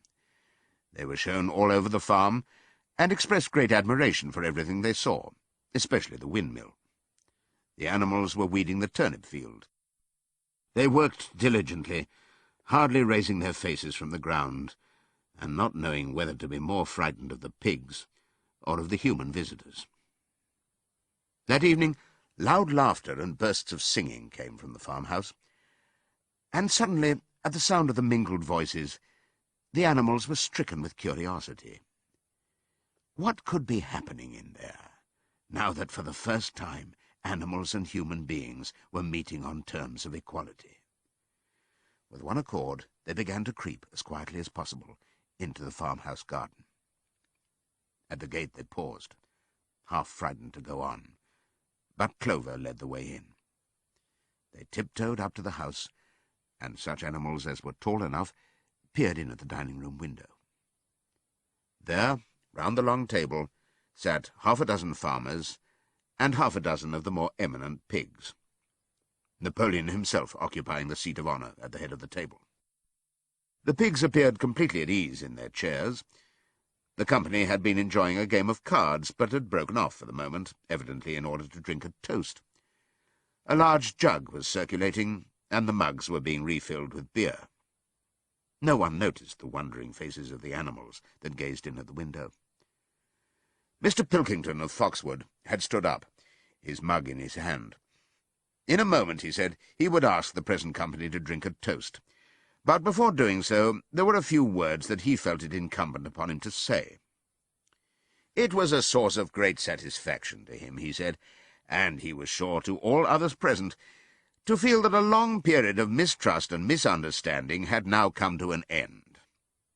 There had been a time, not that he or any of the present company had shared such sentiments, but there had been a time when the respected proprietors of Animal Farm had been regarded, he would not say with hostility, but perhaps with a certain measure of misgiving by their human neighbours. Unfortunate incidents had occurred. Mistaken ideas had been current. It had been felt that the existence of a farm owned and operated by pigs was somehow abnormal and was liable to have an unsettling effect in the neighbourhood. Too many farmers had assumed, without due inquiry, that on such a farm a spirit of licence and indiscipline would prevail. They had been nervous about the effects upon their own animals, or even upon their human employees. But all such doubts were now dispelled. Today he and his friends had visited Animal Farm and inspected every inch of it with their own eyes, and what did they find? Not only the most up-to-date methods, but a discipline and an orderliness which should be an example to all farmers everywhere. He believed that he was right in saying that the lower animals on Animal Farm did more work and received less food than any animals in the county. Indeed, he and his fellow visitors today had observed many features which they intended to introduce on their own farms immediately. He would end his remarks, he said, by emphasizing once again the friendly feelings that subsisted, and ought to subsist, between Animal Farm and its neighbours. Between pigs and human beings there was not, and there need not be, any clash of interests whatever. Their struggles and their difficulties were one. Was not the labour problem the same everywhere? Here it became apparent that Mr. Pilkington was about to spring some carefully prepared witticism on the company, but for a moment he was too overcome by amusement to be able to utter it. After much choking, during which his various chins turned purple, he managed to get it out. "If you have your lower animals to contend with," he said, "we have our lower classes." This bon mot set the table in a roar, and Mr. Pilkington once again congratulated the pigs on the low rations, the long working hours, and the general absence of pampering which he had observed on Animal Farm. And now, he said finally, he would ask the company to rise to their feet and make certain that their glasses were full. "Gentlemen," concluded Mr. Pilkington, "gentlemen, I give you a toast to the prosperity of Animal Farm." There was enthusiastic cheering and stamping of feet. Napoleon was so gratified that he left his place and came round the table to clink his mug against Mr. Pilkington's before emptying it. When the cheering had died down, Napoleon, who had remained on his feet, intimated that he too had a few words to say. Like all of Napoleon's speeches, it was short and to the point. He too, he said, was happy that the period of misunderstanding was at an end. For a long time there had been rumours, circulated, he had reason to think, by some malignant enemy, that there was something subversive and even revolutionary in the outlook of himself and his colleagues. They had been credited with attempting to stir up rebellion among the animals on neighbouring farms. Nothing could be further from the truth. Their sole wish, now and in the past, was to live at peace and in normal business relations with their neighbours. This farm, which he had the honour to control, he added, was a cooperative enterprise. The title deeds, which were in his own possession, were owned by the pigs jointly. He did not believe, he said, that any of the old suspicions still lingered, but certain changes had been made recently in the routine of the farm which should have the effect of promoting confidence still further. Hitherto, the animals on the farm had had a rather foolish custom of addressing one another as comrade. This was to be suppressed. There had also been a very strange custom, whose origin was unknown, of marching every Sunday morning past a boar's skull which was nailed to a post in the garden. This, too, would be suppressed, and the skull had already been buried. His visitors might have observed, too, the green flag which flew from the masthead. If so, they would perhaps have noted that the white hoof and horn with which it had previously been marked had now been removed. It would be a plain green flag from now onwards. He had only one criticism, he said, to make of Mr. Pilkington's excellent and neighbourly speech. Mr. Pilkington had referred throughout to Animal Farm. He could not, of course, know, for he, Napoleon, was only now for the first time announcing it, that the name Animal Farm had been abolished. Henceforward the farm was to be known as the Manor Farm, which, he believed, was its correct and original name. "Gentlemen," concluded Napoleon, "I will give you the same toast as before, but in a different form. Fill your glasses to the brim. Gentlemen, here is my toast to the prosperity of the Manor Farm." There was the same hearty cheering as before, and the mugs were emptied to the dregs. But as the animals outside gazed at the scene, it seemed to them that some strange thing was happening. What was it that had altered in the faces of the pigs? Clover's old dim eyes flitted from one face to another. Some of them had 5 chins, some had 4, some had 3. But what was it that seemed to be melting and changing? Then, the applause having come to an end, the company took up their cards and continued the game that had been interrupted, and the animals crept silently away. But they had not gone 20 yards when they stopped short. An uproar of voices was coming from the farmhouse. They rushed back and looked through the window again. Yes, a violent quarrel was in progress. There were shoutings, bangings on the table, sharp, suspicious glances, furious denials. The source of the trouble appeared to be that Napoleon and Mr. Pilkington had each played an ace of spades simultaneously. 12 voices were shouting in anger, and they were all alike. No question now what had happened to the faces of the pigs. The creatures outside looked from pig to man, and from man to pig, and from pig to man again. But already it was impossible to say which was which.